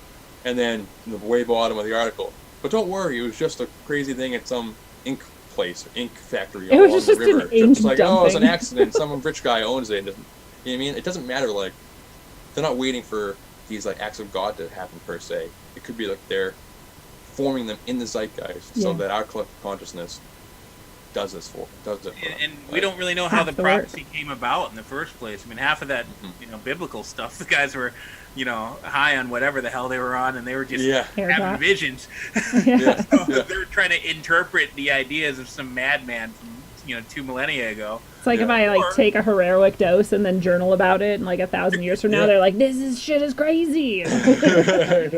Yeah, they're trying to, you know, interpret somebody's bad acid trip. Or it could actually be, you know, when they write the prophecies, they say, okay, we need to do X, Y, and Z. Here's the markers that you need to do to signal to the other people that are embedded wherever else, so they know to, you know, proceed to the next step. Because you know, if there's really some major stuff going on with opening portals and summoning old gods and you know, who else, who knows what else? I mean, it's not like we're exactly going to know that part. We just might know what the flares are. I mean, that's CERN. I think it's happening all over the place. And with the Titans thing, like the weird thing, I can't believe I didn't mention it already, or we haven't even really talked about it. I don't think, but like, Corona means crown, which is Kronos, king of the Titans, which is Saturn that has the rings. That's his crown. Good point. The Marty Leeds episode with the Rex and everything, like, means king. Like, there's this Latin for king, battle for this crown thing, is prominent. Like, so everything we've been like, it's tough. I don't want to make this too inside. I want people who don't know us to be able to watch it, understand what we're saying. But for us, like, everything the Eyes Open group has been talking about, like, for the last 2 years, it's like all in the soup. It's like it's all there. And then with like the coding thing, and like the numbers, like they're trying to like signal, throw it, like inform each other. I've been searching this 31 thing, and I've probably done it a few times, over like maybe once a week. And every county, or like I have a list of easily 60, 70 links from the past few weeks of 31 deaths, 31 cases, 31 infections in this county. It's like all over the place. And why would you put 31 and not 30? Like, why write the article when it says 31? And then and 13 is the I'm not explaining this right, but like, we've been following this 1331 thing. Yes. For a while, and just based on massive synchronicities that tie into like everything else that's going on. And it's weird because 31, like you're saying, is a weird number because we're used to 33 and we're used to some of these other numbers, but 31 and 13 were like not really on the radar, I feel like. So, or even too much on the radar. 13, like when I first started talking about, so for people who aren't aware, I think the only place I've really talked about this is on Freeman, and it's like behind the paywall, so people haven't really heard it. But when I was trying to like find all these random Titan connections, I like to make like a short video just to explain to people, which I still haven't made yet. at the end of the research, I just looked up Tennessee Titans, and in the Wikipedia page, it said like they were explaining the history of the Titans, who were the Houston Oilers, moved to Tennessee in '98, and their logo is a flaming asteroid. Okay, and but With so like in three the first, stars too, right? with 3 stars, yeah, which is a Nephilim. I know that's the Tennessee symbol, but I mean, still. But for the Nephilim, that's what Why it's is based 3 on. stars the Nephilim? I don't know. Freeman told me that on the show. I don't know. I haven't. He said he made a video about it like 20 years ago. Oh, I'm sure he did. I'm sure where it's he went- amazing. he went- I'm sure I've he went to seen it Nash- and forgotten. He went to no. I haven't looked it up either. He went to Nashville, and I guess there's this whole big monument of these 3-star things, like for the Nephilim. Apparently, I don't know. But in the Wikipedia article, it said they moved to a 31-acre practice field, and then in parentheses it said 13. Ha! And I'm like, I'm looking at that. I'm like, anyone can edit Wikipedia. So I'm just like, oh fuck, is this whole article just going to be garbage? So I'm scrolling through to see if there's any more corrections or any more changes, jokes or whatever in it, and there wasn't. So I was like, what? Why did they put that in there? But just so because of that trigger, like it didn't end up meaning anything in the article, but because of that trigger, I was just looking for 13s and 31s, and from 1998 to the NBA Finals last year, I tracked a staggering amount of 13s and 31s, and I didn't know what the fuck it meant, and I still don't really know what it means. And then the El Paso Dayton shootings, the headline going around was 31 dead in 13 hours, and it's not stopping. It's one thing after another. So I'm not reading up my notes. I should be, but for instance, Kanye released his church CD, his Christian CD, and the picture on the CD is 13. It's like a blue album, 1331 AR or AR 1331, something like that. And nobody knew what it meant. He didn't explain it. Nobody could figure it out. This mainstream music article, it was like the White Stripes producer, like the head of their production studio, tried to figure it out. And apparently, this is in mainstream music. Apparently, it's a reference to an old gospel song, God's going to destroy this nation or something, in 1331. What? And then, so then I was trying to figure it out. It's like, death of Osiris. Is it like death and resurrection? 31, death and the resurrection. But then, Tinfoil Hat had an episode about Planet X last week, and this is like after all, like we've been talking about mainly the synchronicities and the weirdness so far, but there's some like concrete shit that's like gonna scare people, I think. So that was what the Tinfoil Hat episode was about. And he said, I don't know where he got this from, but he said that the way that it comes in, it's like a 13-month retrograde entry to like our Planet X. to when it starts. Yeah, Planet X, and it causes us 13 months of hell, and then it leaves for another 13 months. That's crazy. 26 months, So which ties right into the 1331. 1331, and it ties into the whole ties into the 1326 from the Marty Lee's episode too. The whole 26 thing, and all that, like during the 13 people lined up in two different rows. Yeah. I'm forgetting, but I'm he made forgetting. the I connection. just did it. Yeah. But yeah, so at the beginning, like when I've seen all these 13s, 31s, I'm like, 13 is cliche. It's the unlucky number. Like I felt stupid. I'm not a numbers guy, gematria guy. So the first number I start to track is like, it makes me sound like I'm some idiot who's like avoiding black cats and stuff, you know.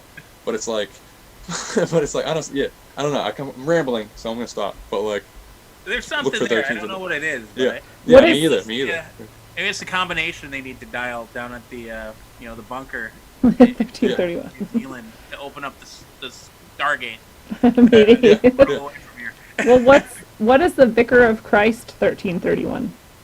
Oh yeah. Oh. Let me give you I that just to know, because I don't want to miss it. I've been reading it, but I don't want to miss it. This is one of as soon as we finish. This is one of the signs and symbols of like the end times, I'm guessing. Yeah. So, a lot of these random tiny threads I've just found because when Clyde's doing his show, I'm listening and something reminded me of something, and I'll look it up real quick. And oh, that's cool. So he was doing one about how the Pope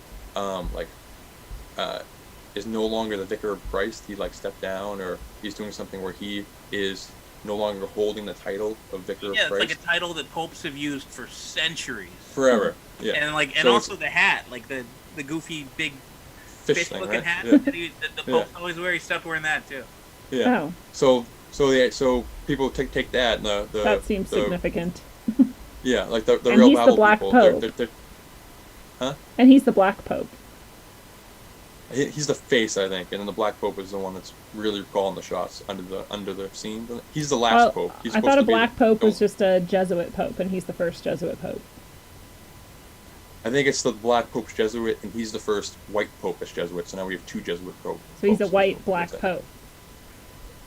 Yeah. That's like that. Both seats of power were held by. It's like the end. That's like the last cycle of this tradition or whatever, I guess. He's supposed to definitely different. I mean, he spends so much time with like political stuff and like world order stuff. So little time like with traditional Catholicism. He just got caught. Yeah. I don't know if you guys saw this, but he got caught. He made some speech about how the Vatican needs to cut down spending, and then like within a week, he got caught. Mainstream news, donating or investing money like $4.4 million in Rocket Man, the Elton John movie, and Men in Black International, an alien movie. So random. I didn't hear about this. It's crazy. A flamboyant singer, gay singer, and aliens movie. Two things that the church is not commonly known for supporting. Yeah. It's weird. He's a weird guy. But essentially like the people who believe in like the biblical prophecies and stuff, they're like, this is and there's all kind of Francis things tied into why he's considered to be this last pope, but him refusing the Vicar of Christ title was assigned to them. So during the show, I'm just throwing in all this shit in the gematria calculator real quick, and the last one I did was, this is literally on my break, my 10-minute break. I'm doing it real quick, throwing a few keywords to make a quick phone call to Clyde, and the last one I did was Vicar of Christ, and one of the top results was spelled out the phrase 1331, like not the value, like the words 1331, meaning other people, like many other people, searched that word, like, and I haven't. It wasn't me. 1331. Like, 13. What does that even fucking mean? Like, and another weird gematria thing was, did I already say the Tiger King? No. Yeah. No, but this is.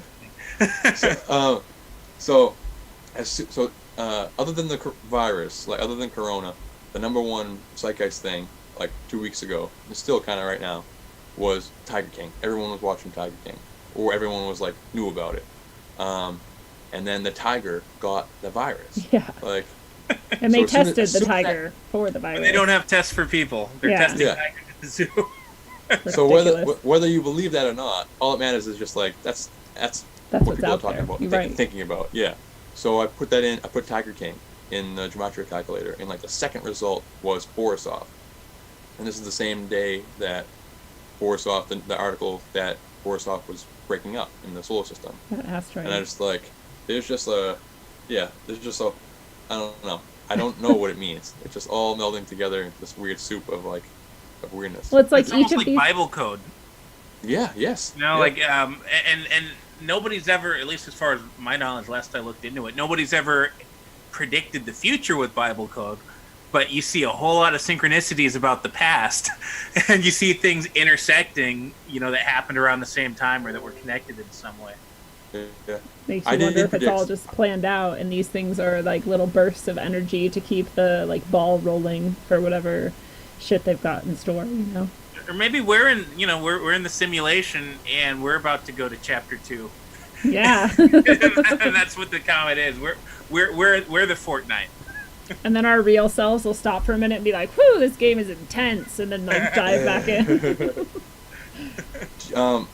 Do you guys know like the King of the South, the Raptors prophecy thing that I'm talking about? I remember you talking about it, but I don't remember it all. So you mentioned like the predicting based on prophecy, and like this is the only time I've done this. I just like stumbled onto this. So, trying to predict the NBA Finals last year. This is like game one. I found this whole 13-31 thing or whatever. So I'm looking at the calendar, and they're probably going to win the finals on 6/30, the Raptors, because the Raptors are the Godzilla team. It's a long story, but it was a cross promotional thing with Godzilla, who was, the marketing was using King of the Titans as their marketing.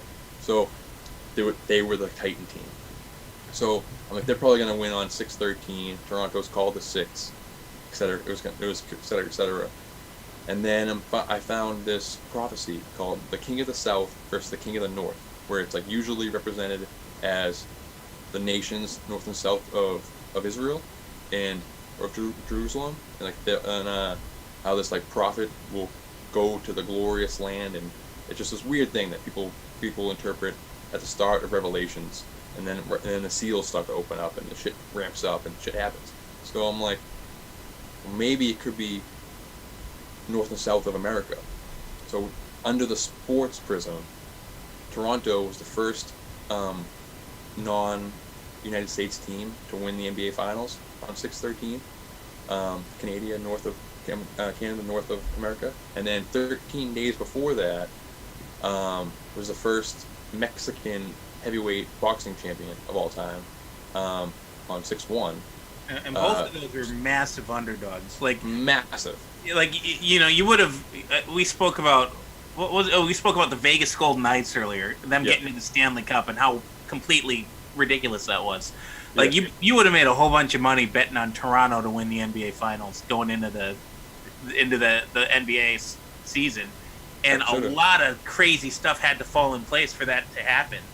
Like yes, that's a long thing to talk about. But the idea of Kawhi Leonard demanding a trade from the Spurs, like the most at the time team first, quiet, humble athlete in the NBA, demanding a trade from the most respected organization in the last 20 years of the NBA, did not make any sense. It took the NBA didn't know how to handle it, and then he goes in his first year, he wins the NBA Finals, and then he gets traded to the LA Clippers, or demands out, goes to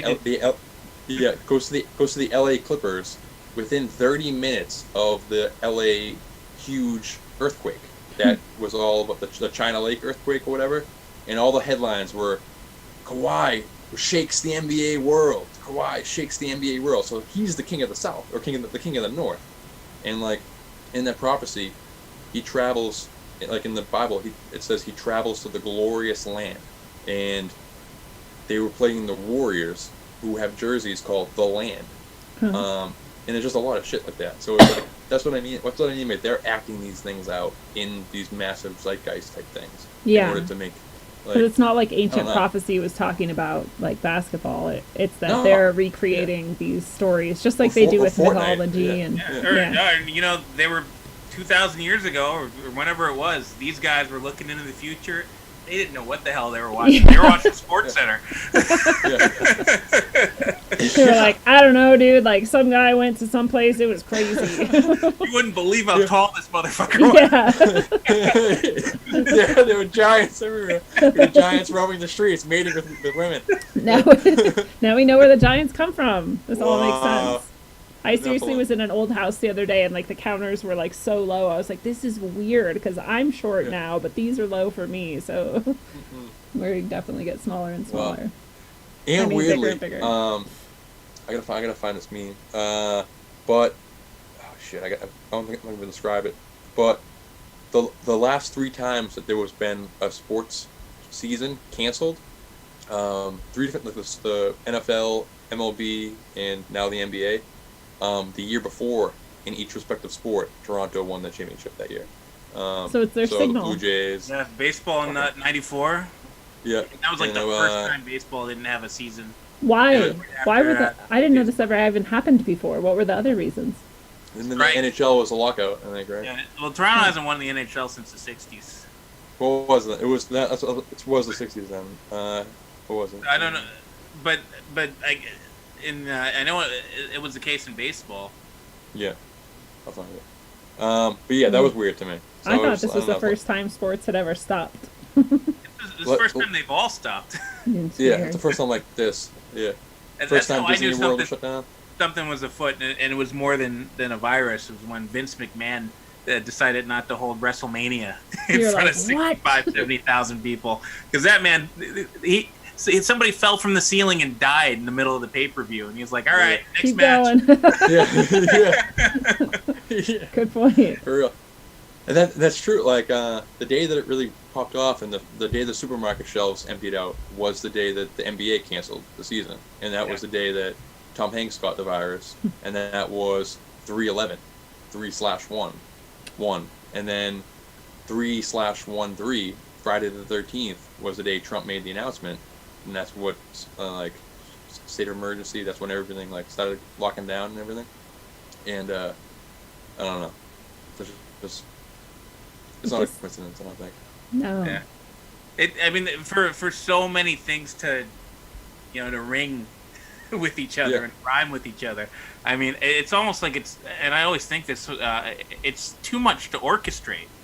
Like, yeah. I mean, I know you can fix a basketball game, but can you fix a basketball game to happen in an exact certain way, or for right. for whatever, there's so many different factors in play with all this stuff, and like all these obscure songs and movies and a sentence spoken in a movie in 1992, and then you go back and you watch it and you say, oh my god, that's like right now. It's so crazy. It's cosmic. It's like there might be other forces in play. There has to be. Synchromistic. It's like the Trump's Trinity thing, Lindsay, and that whole saga. It's like that. It's like, I don't know. There's no way that even a group of humans plan that out, as far as I'm concerned. But there's definitely a way that other intelligences are manipulating everything they can to sort of send messages or arrange things as they wish. And I like this point because I think that a lot of times people tend to look at like music and different aspects of culture and say like, well, anybody who's done anything that ends up being related to something in the future, like they were in on it and they're like Illuminati and they know. And I'm like, I'm here to tell you that like I write things and then they fucking weird shit happens and I'm like, I'm not into any weird shit. Like, I mean, I'm obviously into weird shit, but I'm not. I mean, how many of us have had a dream and then the dreams come true? Exactly. Yes. Or been listening to a song on the radio and it's correlated exactly with what's happening in our life. Yes. At that moment. Exactly. Like I mean, maybe they're glitches in the Matrix. Yeah. Maybe they're hints and reminders. Maybe we're in a dream now. Maybe, and we're gonna come out. And it's gonna be like Fortnite. And we're gonna be like, what a fucking crazy game. But that also, like, it's you could be just like when you are doing art, you could be channeling something, or also you could be seeing outside of time. If time is not linear in the way we perceive it is, and when you're doing these artistic things and you're getting yourself in a mental state where you're getting like an aerial view and like picking out things that aren't necessarily happening in your linear time scale. Totally.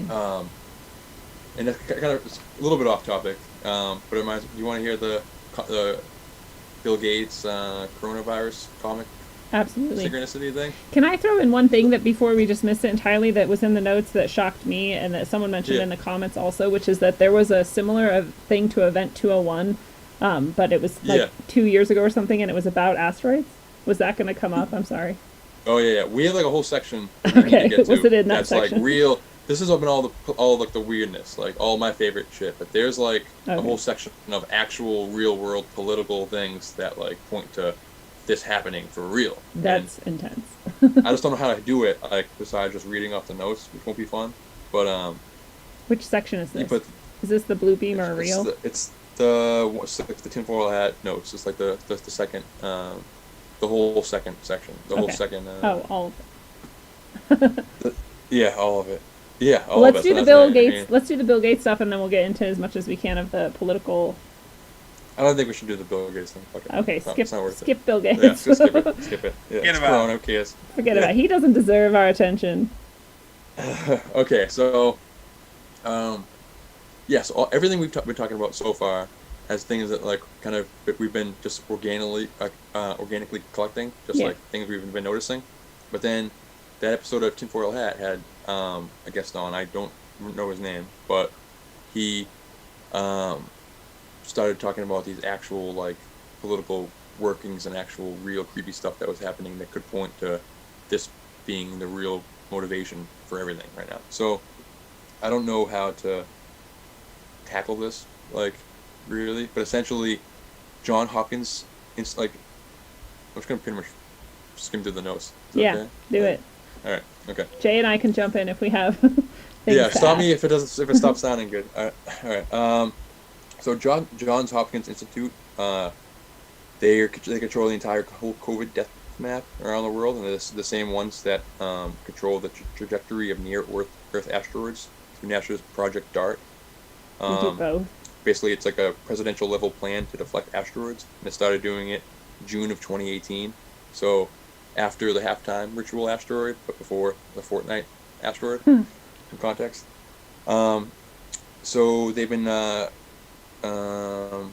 it's an international body that they formed where they've been meeting global leaders from everywhere, saying like they're discovering 2,000 near Earth objects every year, and that but like they're only noticing them like a month out sometimes, or not soon enough to actually make real, like, that would be fucked if anything was to happen. So DART is supposed to be NASA's organization with John Hopkins Institute for like how to divert these things, programs. So they ran this Event 201 version of an asteroid apocalypse scenario. When was it? I think it was honestly like more recently than last year. It was April 24th, 2019. Oh, so exactly 1 year According- before the shit's supposed to hit the fan. Wow. That's according to Alien Marcus in the chat, so that's correct. Okay, there's just a lot of notes. I don't want to ramble. So basically, they were prepared for it. There was a drill. Seems like there's always a drill, There's right? always a drill, yeah. And it's often with false flags, but it also would be something you would do if it was a real thing you were trying to prepare for, too. It's like there's a reason we have drills. They're not always going to be coinciding with false flags. But it's hard to say. Like, that's why it's hard to say, and that's why they do it. I mean, that's one of the things that's true about all of this stuff, that the reason there's so many layers and the reason there's so much information that you can look in any direction is so that it's so confusing that you don't really understand what's happening until hindsight, and even not then sometimes. And I'd imagine that 99% of the people that are involved don't even know the whole story. Yeah, because why No, would no you? way. It's always like a need-to-know basis, I'm sure. So that's the argument for why we're doing this global lockdown, because if you would need to tell governors and you would need to tell too many people that there's an asteroid coming if you were to lock down specific regions. So just by locking everyone down, you just got it all wrapped up and you can keep it within your small circle. I'm just going to basically read off this section, Okay. and I'm sorry if it sucks, but it's important. It's important. Like, all right. So basically, I just like was listening to the podcast a few hours ago and just took notes down. So this is like all from them. I can't take any credit for any of this from that episode of Tinfoil Hat.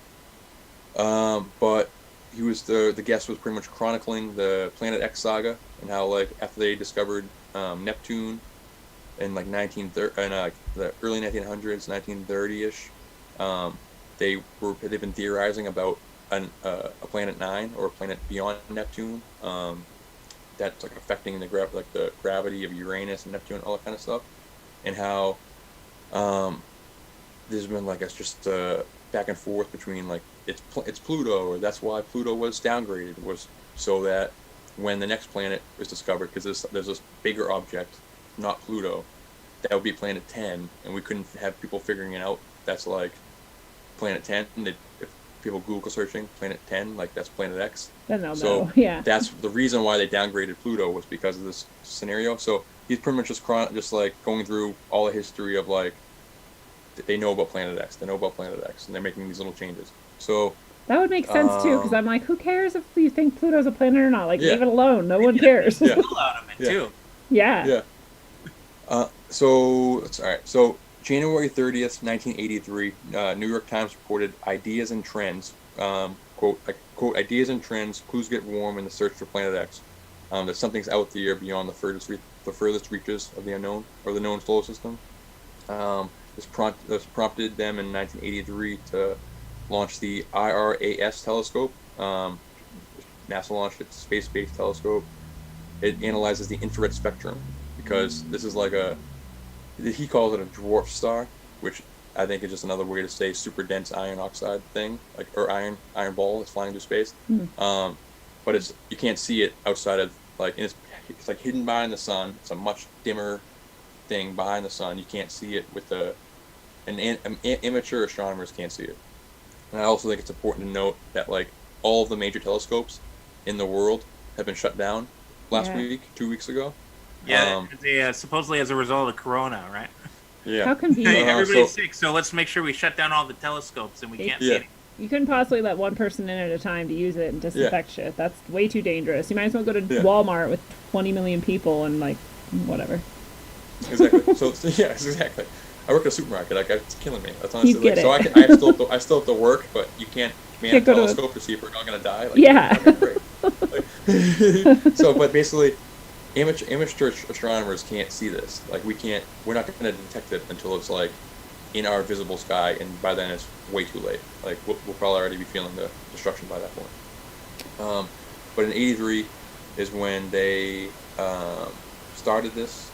83 is also the year that Reagan had his, like, imagine Russia and the United States, the relations, if we knew there was an invader from outer space. Like, the idea of, like, what if something came from space, we'd all unify together. And weirdly, that was also in the original comic Watchmen by Alan Moore, who was a practicing magician. It happened, but he wrote the comic about this, like, giant squid falling from space, like, and like it's Reagan is in the book and everything. Like 2 months before Reagan said that, and then the Watchmen TV series was like the biggest show of the fall, this past fall. And like, I don't want to spoil anything, but it ties in a little bit to this. In 84, Oliver North and Ronald Reagan formed Rex 84, or Readiness Exercise 84, and again, that's the Rex thing, the King thing in that Marty episode, which is still used. It's a classified drill scenario which may be used to detain large numbers of U.S. citizens that have been deemed to be security threats in the event of a national emergency, which we're in right now. None of us would be in that group. Oh no, we're done now. We're great. I'm too essential. They're not taking me yet. Yeah, true.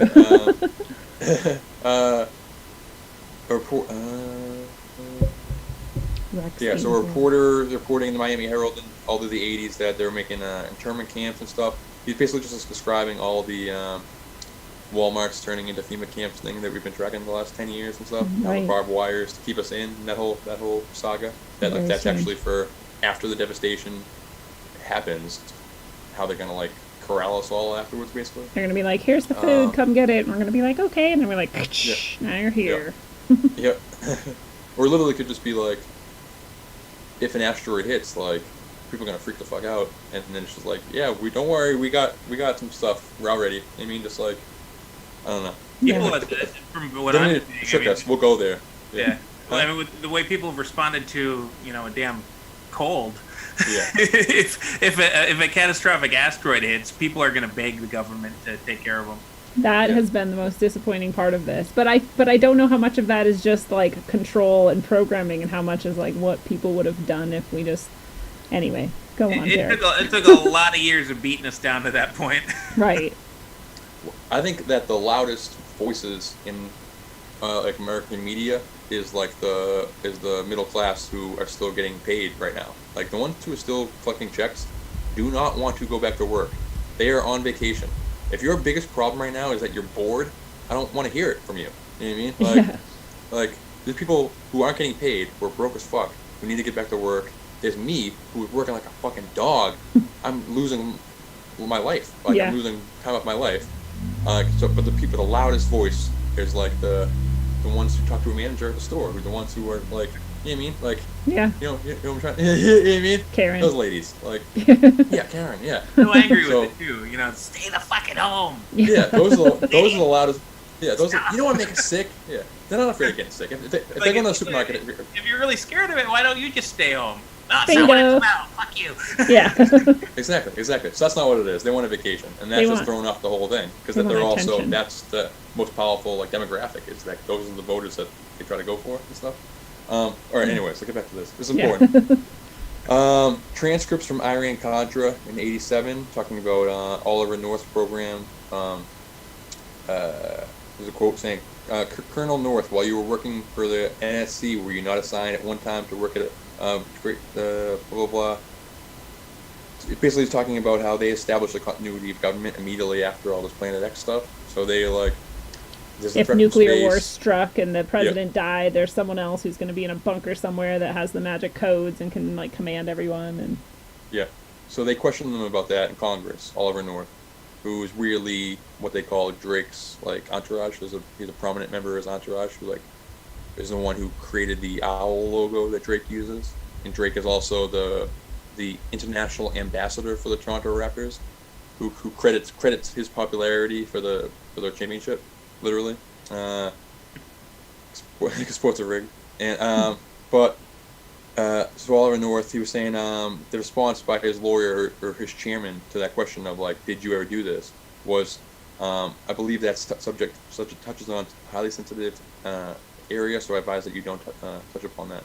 Sorry, I was like, Basically, he said it's classified, and they said, "Okay, sir."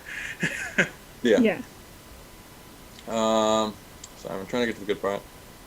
it's the idea that they're preparing for these disasters and camps and organizing the backup society this whole time. They were asked like if he so Sam on the podcast asked them if it was Project Bluebeam or not. Yeah, because that's the other thing that I'm like, if shit is happening, I'm always like, is this even really in the sky or not, or is it blue beam and we're just meant to believe it's real? And Yeah. how would we know the He difference? He says no, because he says he's like been tracking Planet X for a while. Like, I'm not gonna lie, I feel like he heard that episode of Clyde that I called into, Yeah. and I made the connection between Corona and Planet X, and then he went back and he has been a Planet X researcher for the last 15 years. So you and he said he connected was- the dots for him. he- That's why I yeah, hate that he- you don't get more credit from people like Clyde Lewis, because you do that for a he- lot of people. He had I the think. research. Yeah, I'm not like I'm a synthesizer. You know what I mean? Like I just listen to a lot of shit, so I'm Yeah. just connecting people's dots. Like It's your he personality had type. 20 years. Yeah, he had 20 years of knowledge already. I didn't do that for him, but I'm saying like Right. it sounded like he was researching Corona and then was like, oh shit, and then tied it to all the Planet X stuff from before. You know what I mean? Mm-hmm. So he was saying that no, he does not think it's blue beam because in 2003, Operation Planet X was the first American mission into Baghdad. That's like to Iraq. Like, Why would you call it Planet X? Yeah, and they went around and they grabbed up all the Sumerian artifacts, all the Anunnaki type of shit. Goes on to say FEMA has more power than the president right now. If a national emergency is enacted, and for the first time, all 50 states have a national emergency. So Yeah, right now, Incidentally, didn't Trump stop using the presidential seal or something? Seal. Like that? Yeah. Basically, Wow. saying like, "Hey, I'm not in charge anymore." Yeah. Which I haven't thought about until you just said that right now. Well, I wasn't clear on whether or not that, because sometimes he doesn't have it on certain podiums or if certain other people are with him or something. So I wasn't sure if it was just gone now for good or if it was just certain days or times or whatever, but it hasn't come back is what. Maybe it depends on who's sanctioning the speech. Maybe. Yeah. I didn't look that far into it. I know like the Q people were all taking it and running with it and being Yeah. like, they're unsealing the documents, like that kind of stuff. But my first instinct was, what's the most famous seal, or seals? It's the 7 seals of the apocalypse, like Revelations. Like, that was not like the removal of the seals was the opening of the seals. True. If he does it 7 times, that's when we start to worry. Yeah. It's a weird one, obviously. I don't think that's actually like the reason behind it, but Yeah, but it's This an is interesting correlation. yeah. And then he lists a bunch of executive orders that give FEMA and the federal government like control of like transportation, the highways, all of the media, electrical power, gas, fuels, all that stuff. So. And it's really Yeah, when yeah. the government is after like specific Sumerian seals that have to do with the Anunnaki and they call it Operation Planet X or whatever. I mean, then you have to like give those ideas a little bit more credence, because why would the government care if it didn't matter to either their security or money or longevity or whatever? Like, and I mean, how big does the conspiracy go? I mean, was 9/11 orchestrated so it could eventually lead to a reason to declare a war in Iraq, so they could go in there and get that stuff, get that Babylonian shit? Yeah. Like, I mean, how important is this to them? How important are these? I literally think that. Yeah. I think it could be so important that they built the towers to knock them down to go into Babylon. Especially if you're going back that far, yeah. I think they fucking really believe in this. Like, whether it's true or not, I think they think it's true. Right. He goes on to say, this is like a crazy aha moment that I just want to get to for everybody listening. So he goes on to talk about the Blue Kachina, the Hopi prophecy, the Mayans, Sumerians, the Pale Horse, all talking about the same thing. And the Pale Horse is the asteroid. It could be the asteroid. And weirdly, the last season of Game of Thrones, it's like the penultimate episode, I think, or the one before that, ended. You guys Game of Thrones fans? You guys watch Game of Thrones? Ended with Arya next to the Pale Horse, and she was about to go back to Westeros. And that was like the end of the episode. And then everyone was analyzing what like, this is like Game of Thrones fans, not us. Yeah. But like, why? What's with the horse? Like, where did she get that Pale Horse from? It's like, I kind of tie in. Like, is she gonna kill yada yada? Like, and then the next episode, like, is she gonna kill like Dany and all that kind of stuff? Like, the next episode, there's no Pale Horse. It did not apply to the episode. It was like the weekend of like, I think it was like the Ides of March or the Notre Dame burning weekend. It was around that ballpark time. But it was just weird. That was the biggest show in the last 20 years. Like, it's randomly throwing a Pale Horse out there. Yeah. Well, I mean, a lot of people. I didn't really watch the show. I watched like the first season, way back when. But like, it gets way better. Saying that like the last season wasn't any good and didn't necessarily make sense. It didn't tie things up the right way. I didn't even watch it. What's that? I didn't even watch it. The last season. Well, a lot of times, you know, if you've got a big pop culture, phenomenon, and it changes quality, or it changes direction, or it stops telling the story that it seems like it's going to tell, maybe that's because it's, bending over backward to fit in synchronicities or whatever. Yep. Wow, good call. So yes, I think with all the time, for Game of Thrones in particular. Like, I was listening to like companion podcasts and stuff as this was going on. Like, I was really getting into it. So the consensus was the events that happened were fine. Like, so like the book readers and everybody who's been reading like Game of Thrones for years knew that the events that transpired in the final season were gonna happen. But their critique was like, it wasn't organic. It seemed rushed. There's no reason why you had to end the show there. It should have had at least another season. It's just like, the events were fine, but it's just, you can't take characters from point A to point B when it, like, in one episode or one 20-minute conversation when it should take 16 episodes. But from our perspective, you do that when you need to have the finale the same weekend as Avengers because the Mad Titan's going to destroy the planet. Mm-hmm. Like, when you have to have these synchronistic events in the zeitgeist line up. Like, everyone's wondering, how come, like, they waited so long to tell us? How come, like, we didn't start this sooner, the virus stuff, or how come we didn't start blah blah blah? It's because he wanted to wait everyone.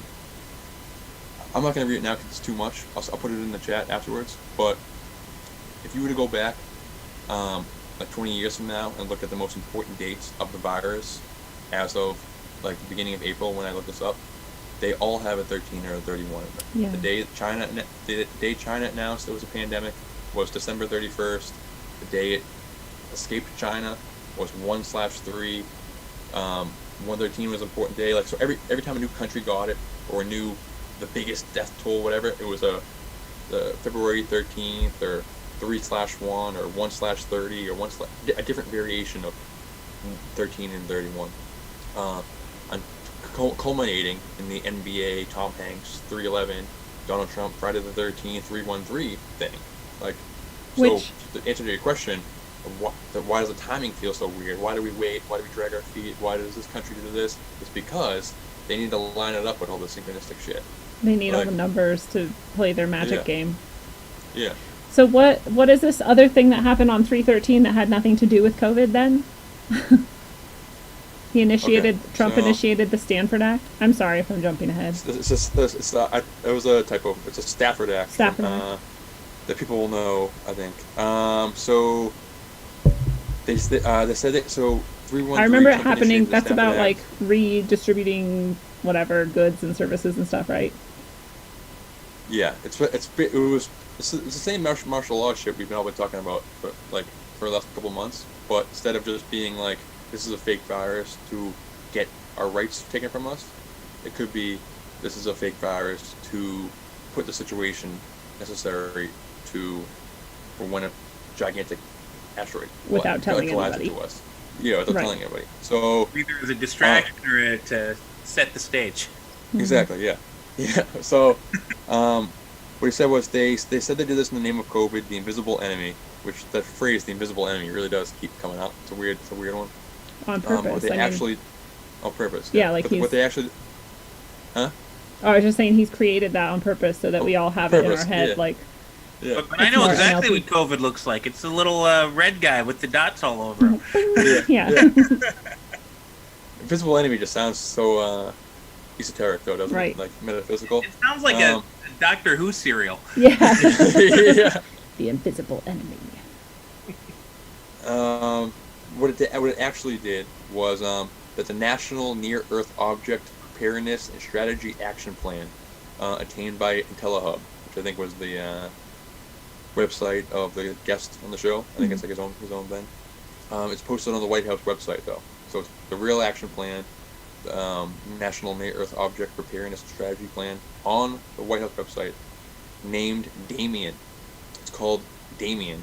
Detecting and mitigating the impact of Earthbound near-Earth object was activated when the president activated the Stafford Act. Damien. I mean, right? Why? What's Damien? The son of Satan. Damien is like the son of Satan, the son of the devil. According to Damien's. Really? Huh? I've never heard this.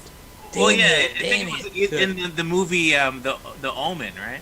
Oh. Yeah, but also like in Marvel comics, Damien Hellstrom is the son of Satan from the 70s. Damien. Oh Jesus. Yeah, Damien. It's in mythology too. I don't think it's just the Omen. I think the Omen got it from Damien's Batman's son. I'm in no way surprised that I don't understand the pop culture references going on, but I get that this is like a thing that people know. No, but I don't think it's pop idea. culture. I think. I mean that's not the only acronym that's drawing on, bending over backwards to draw on satanic. So you know about the Lucifer telescope, right? Right. Yeah. Yeah, it's what is that let me about? see what it stands for because it's ridiculous. It's light. It's a telescope. It's in Arizona or New Mexico. Yeah, it's in Arizona, and it was somehow built by the Catholic Church. Yeah. And it's this massive telescope, and it stands for. I can't find out what it stands for, but it's like they tried really hard to force Lucifer. Right. The name of this telescope, and. I wouldn't be surprised if it's one of the only telescopes that's still operational right now. I bet you're right. Yeah, no, and it's the same with Rex 84. I forgot already what it even stands for because it's readiness exercise. You're like, well, isn't every exercise you do a readiness exercise? Like, why is this one called Rex? Right. In Atlas, the Comet Atlas. Yeah. It was discovered. There was the one clip that said it was discovered by a robot, and then it was named by the robot. So the robot picked the name Atlas. Atlas is a Titan, like he's one of the Titans. Right. He's one of the main dudes. Like he's the he's the one who holds the whole Earth up. Head of God or whatever. Yeah. Atlas is the one who supports the Earth on his back. Like so when he goes down, the Earth goes down, and like I don't know. Oh, that's really interesting. But the robot picked it. Like the robot picked it. The robot picked it. Really? What are the odds of that? I found out what Lucifer stands for. This is hilarious because it doesn't even make sense as far as acronyms go. So it stands for, this is just the L, Large Binocular Telescope near infrared. That's the all L. So crazy. Utility with camera and integral field unit for extragalactic research. So out of that, they, That's amazing. that turned into Lucifer. So crazy. It's actually like Lebanon. So crazy. Yeah, it doesn't make sense. All right, so that happened. So when Damien he declared the national. So yes, Damien is the. It all happened when he declared the national emergency in all 50 states. So FEMA took control. This Damien, which is the acronym they chose for this the deferment of asteroids, or the deflection of asteroids. Yada yada. Do you see the next point? 1998 OR2, when an asteroid is moving in. I kind of already talked about that a little. Right. All right, so April 14th, so 30 days after this happened. So Mike Pompeo has been saying that we're living in a live exercise. That's his quote that he's been talking about. We're in a live exercise. So April 14th was 30 days after this 313 thing. And then so Trump has vested his power as president into Mike Pompeo. Apparently it's like not being toted around in mainstream news, but it's like a very easy find on Google, like, because it's when he like gave control to FEMA. He gave control to this guy saying that we're in a live exercise now. Who the fuck is So essentially, Pompeo? FEMA is in full control. There's an earthbound object. It's going to push an asteroid into us. Maybe there was. So he's just basically saying he doesn't know what they know. He doesn't know if they're worried about a bunch of rocks hitting everywhere. If they're worried about some kind of like passing by and shutting off all our electricity or that kind of stuff. But basically, the president will go up on Air Force One.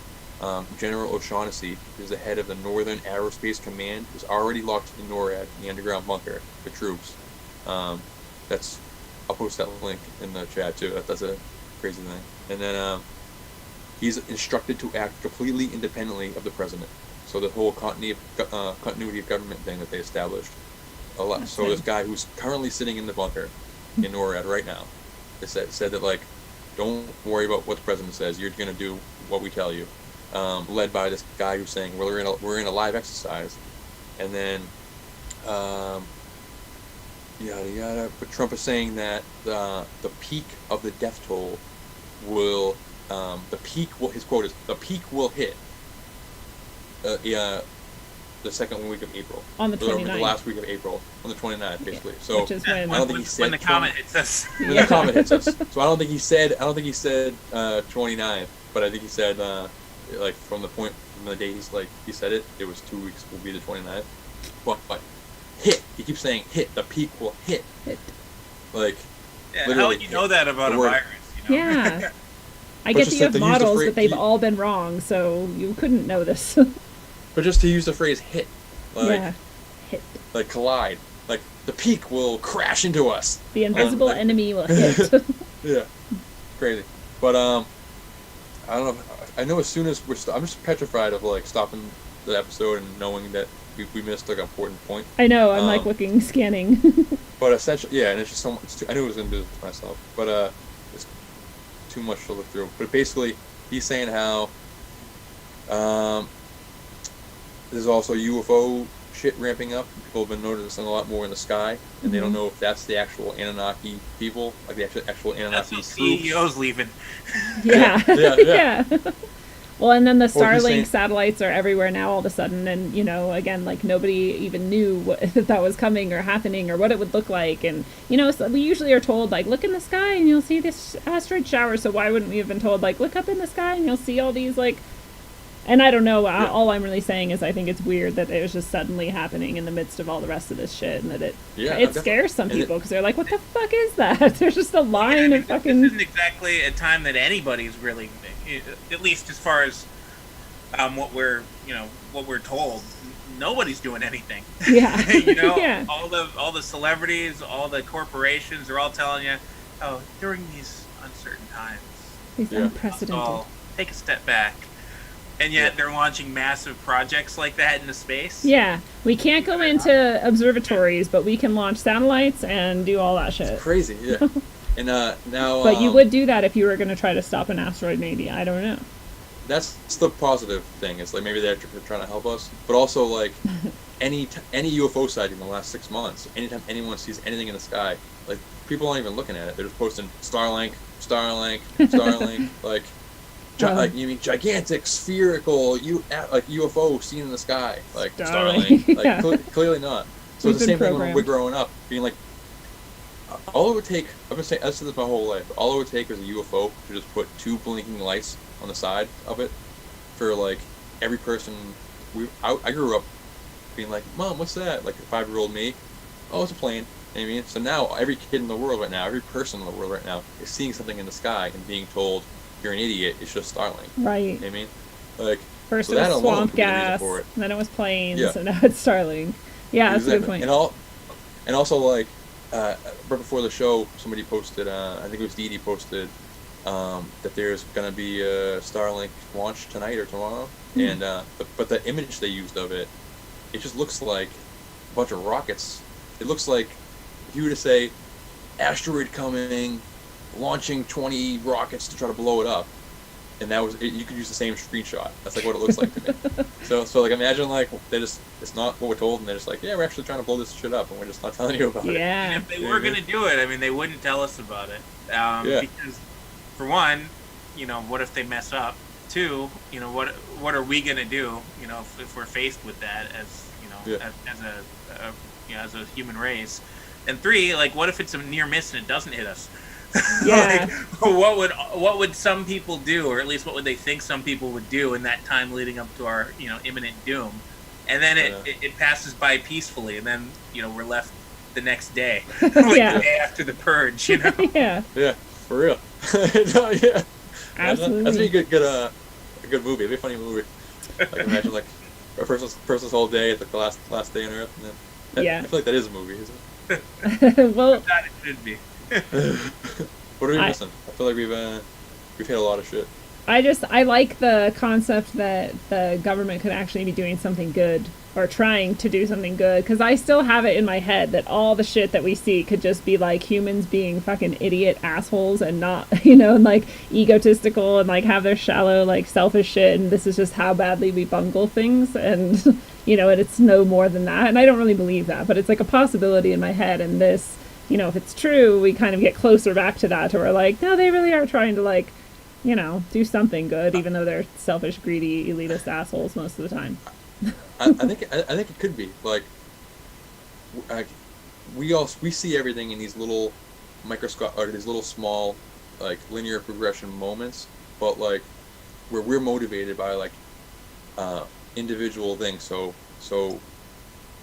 I don't know if you to zoom out, all these little idiotic things people are doing that you were just saying, could be driven by a larger entity or consciousness, or some kind of like thing be outside of time, like controlling the inner workings, causing these ridiculous things that just like don't make any sense. All this clown world shit that like in an example by example basis like just seems like a fuck up, but when you really like adding it all together, like we're trying to do tonight, just seems like no, this isn't random. Like there's some kind of something to it.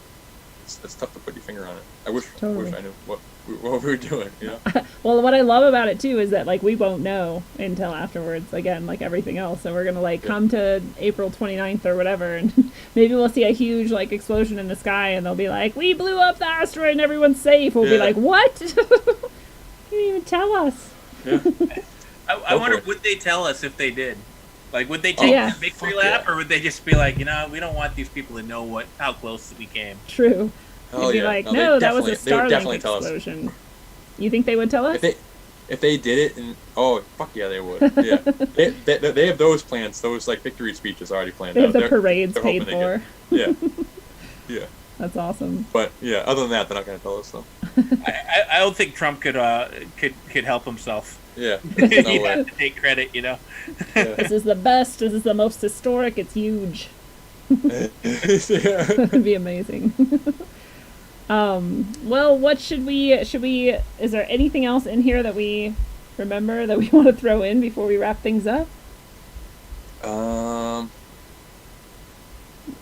There's a lot. Basically, just like I know that there's going to be stuff that I'm forgetting about. Yeah. So it's just essentially, it's just keep it in the back of your head. So like, it's not like that. These revelations just coming all at once. It's just the switch is flipped, so that then all these new microscopic events can be seen through this new prism, and they're all applying to this. It's just weird how it's all coalescing. So just like, don't be scared of an asteroid, but just like when all these major zeitgeist moments are happening, you're like, I wonder if that ties in, because I feel like it is more than it's not right now. It's weird. You know, the way I feel, and maybe it's overly optimistic, but I don't think anything bad is going to happen to us. I don't think anything bad ever does. I think we get really close sometimes. And I don't know if it's quantum immortality or if it's just good luck, but things always seem to work out.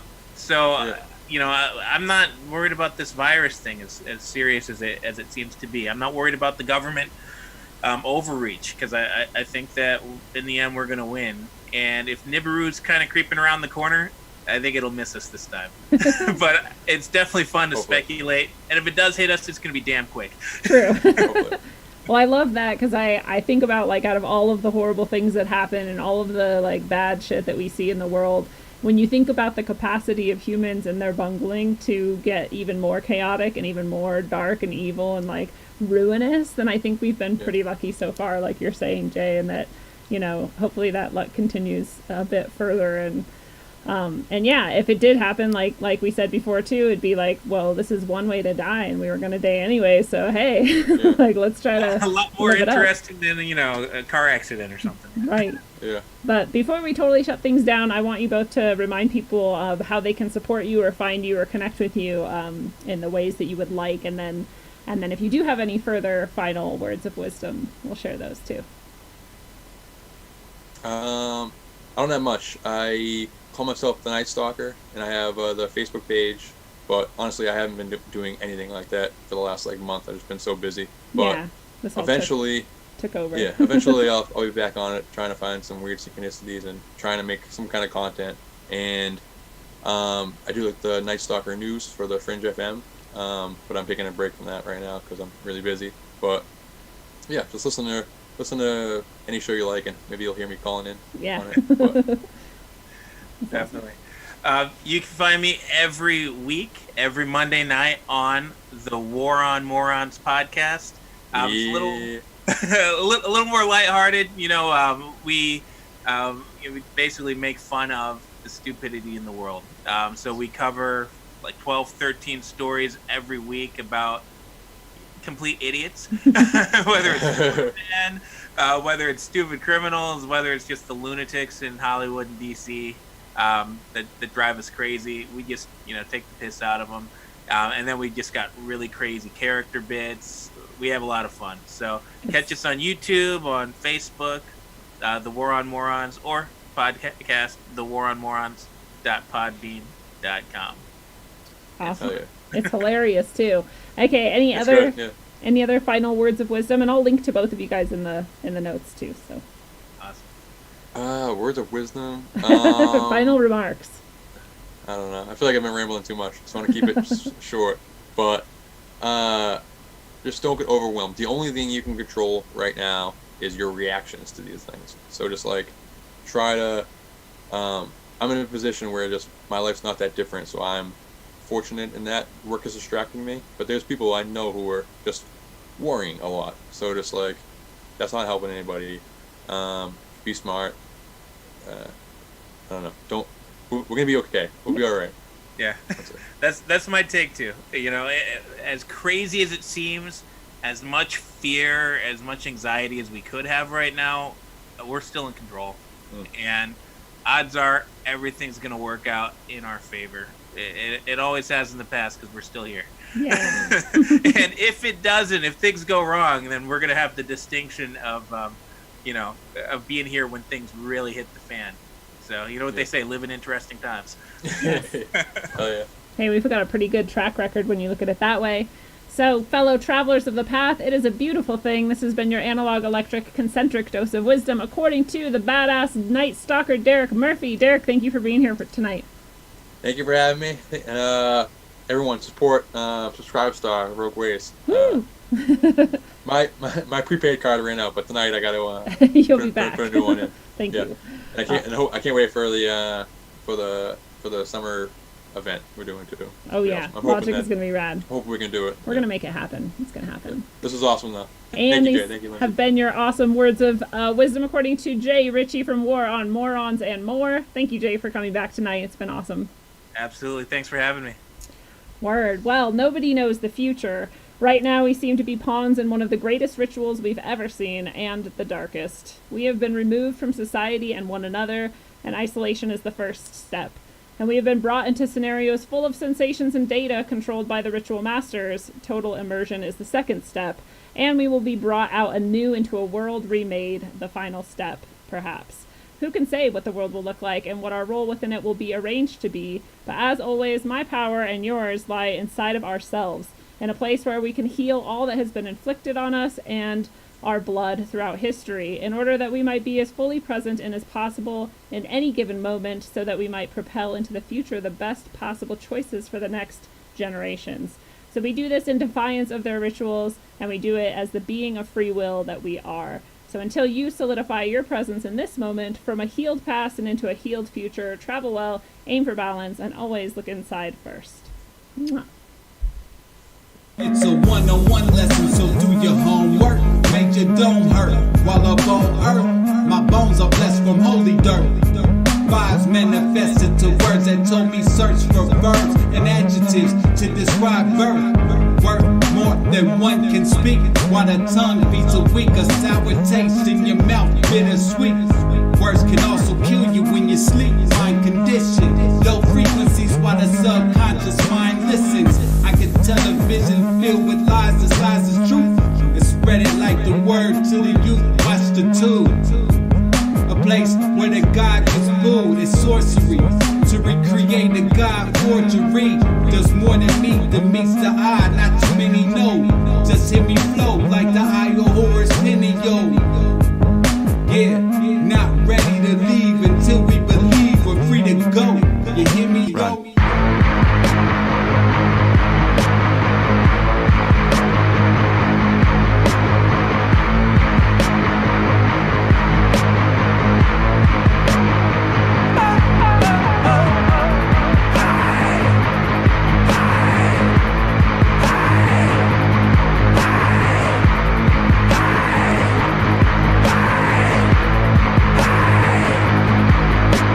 Sculpted from the ether, the material will eat ya. Stuck on this plane, lanes use jet fuel to greet ya. The dimensional three ain't beating me on top of the fourth. Didn't climb Jacob's ladder to squab with a sword. Forged with Yggdrasil, branch down, try quiet your lamps now. Ascension past the matter, that they slam out they damn mouths. We ain't on land now, but they under over understand. Sacrificing wisdom, hoarding dumber kosher wicked hands. Putting faith in worthless worship of the mortals. Artificial portals, mass ingestion of the black goo. Bioengineered morsels, conversing with machine elves. Bypassing maggots, they stuck on Android screens now. I'm scrolling emerald tablets. Moloch living lavish, off the backs of the savage. Them clasped hands at the Sabbath. Smack of energy damage, they done twisted the tongues. Put nanotech in the lungs. The awakening's begun. All they really can do is fucking run.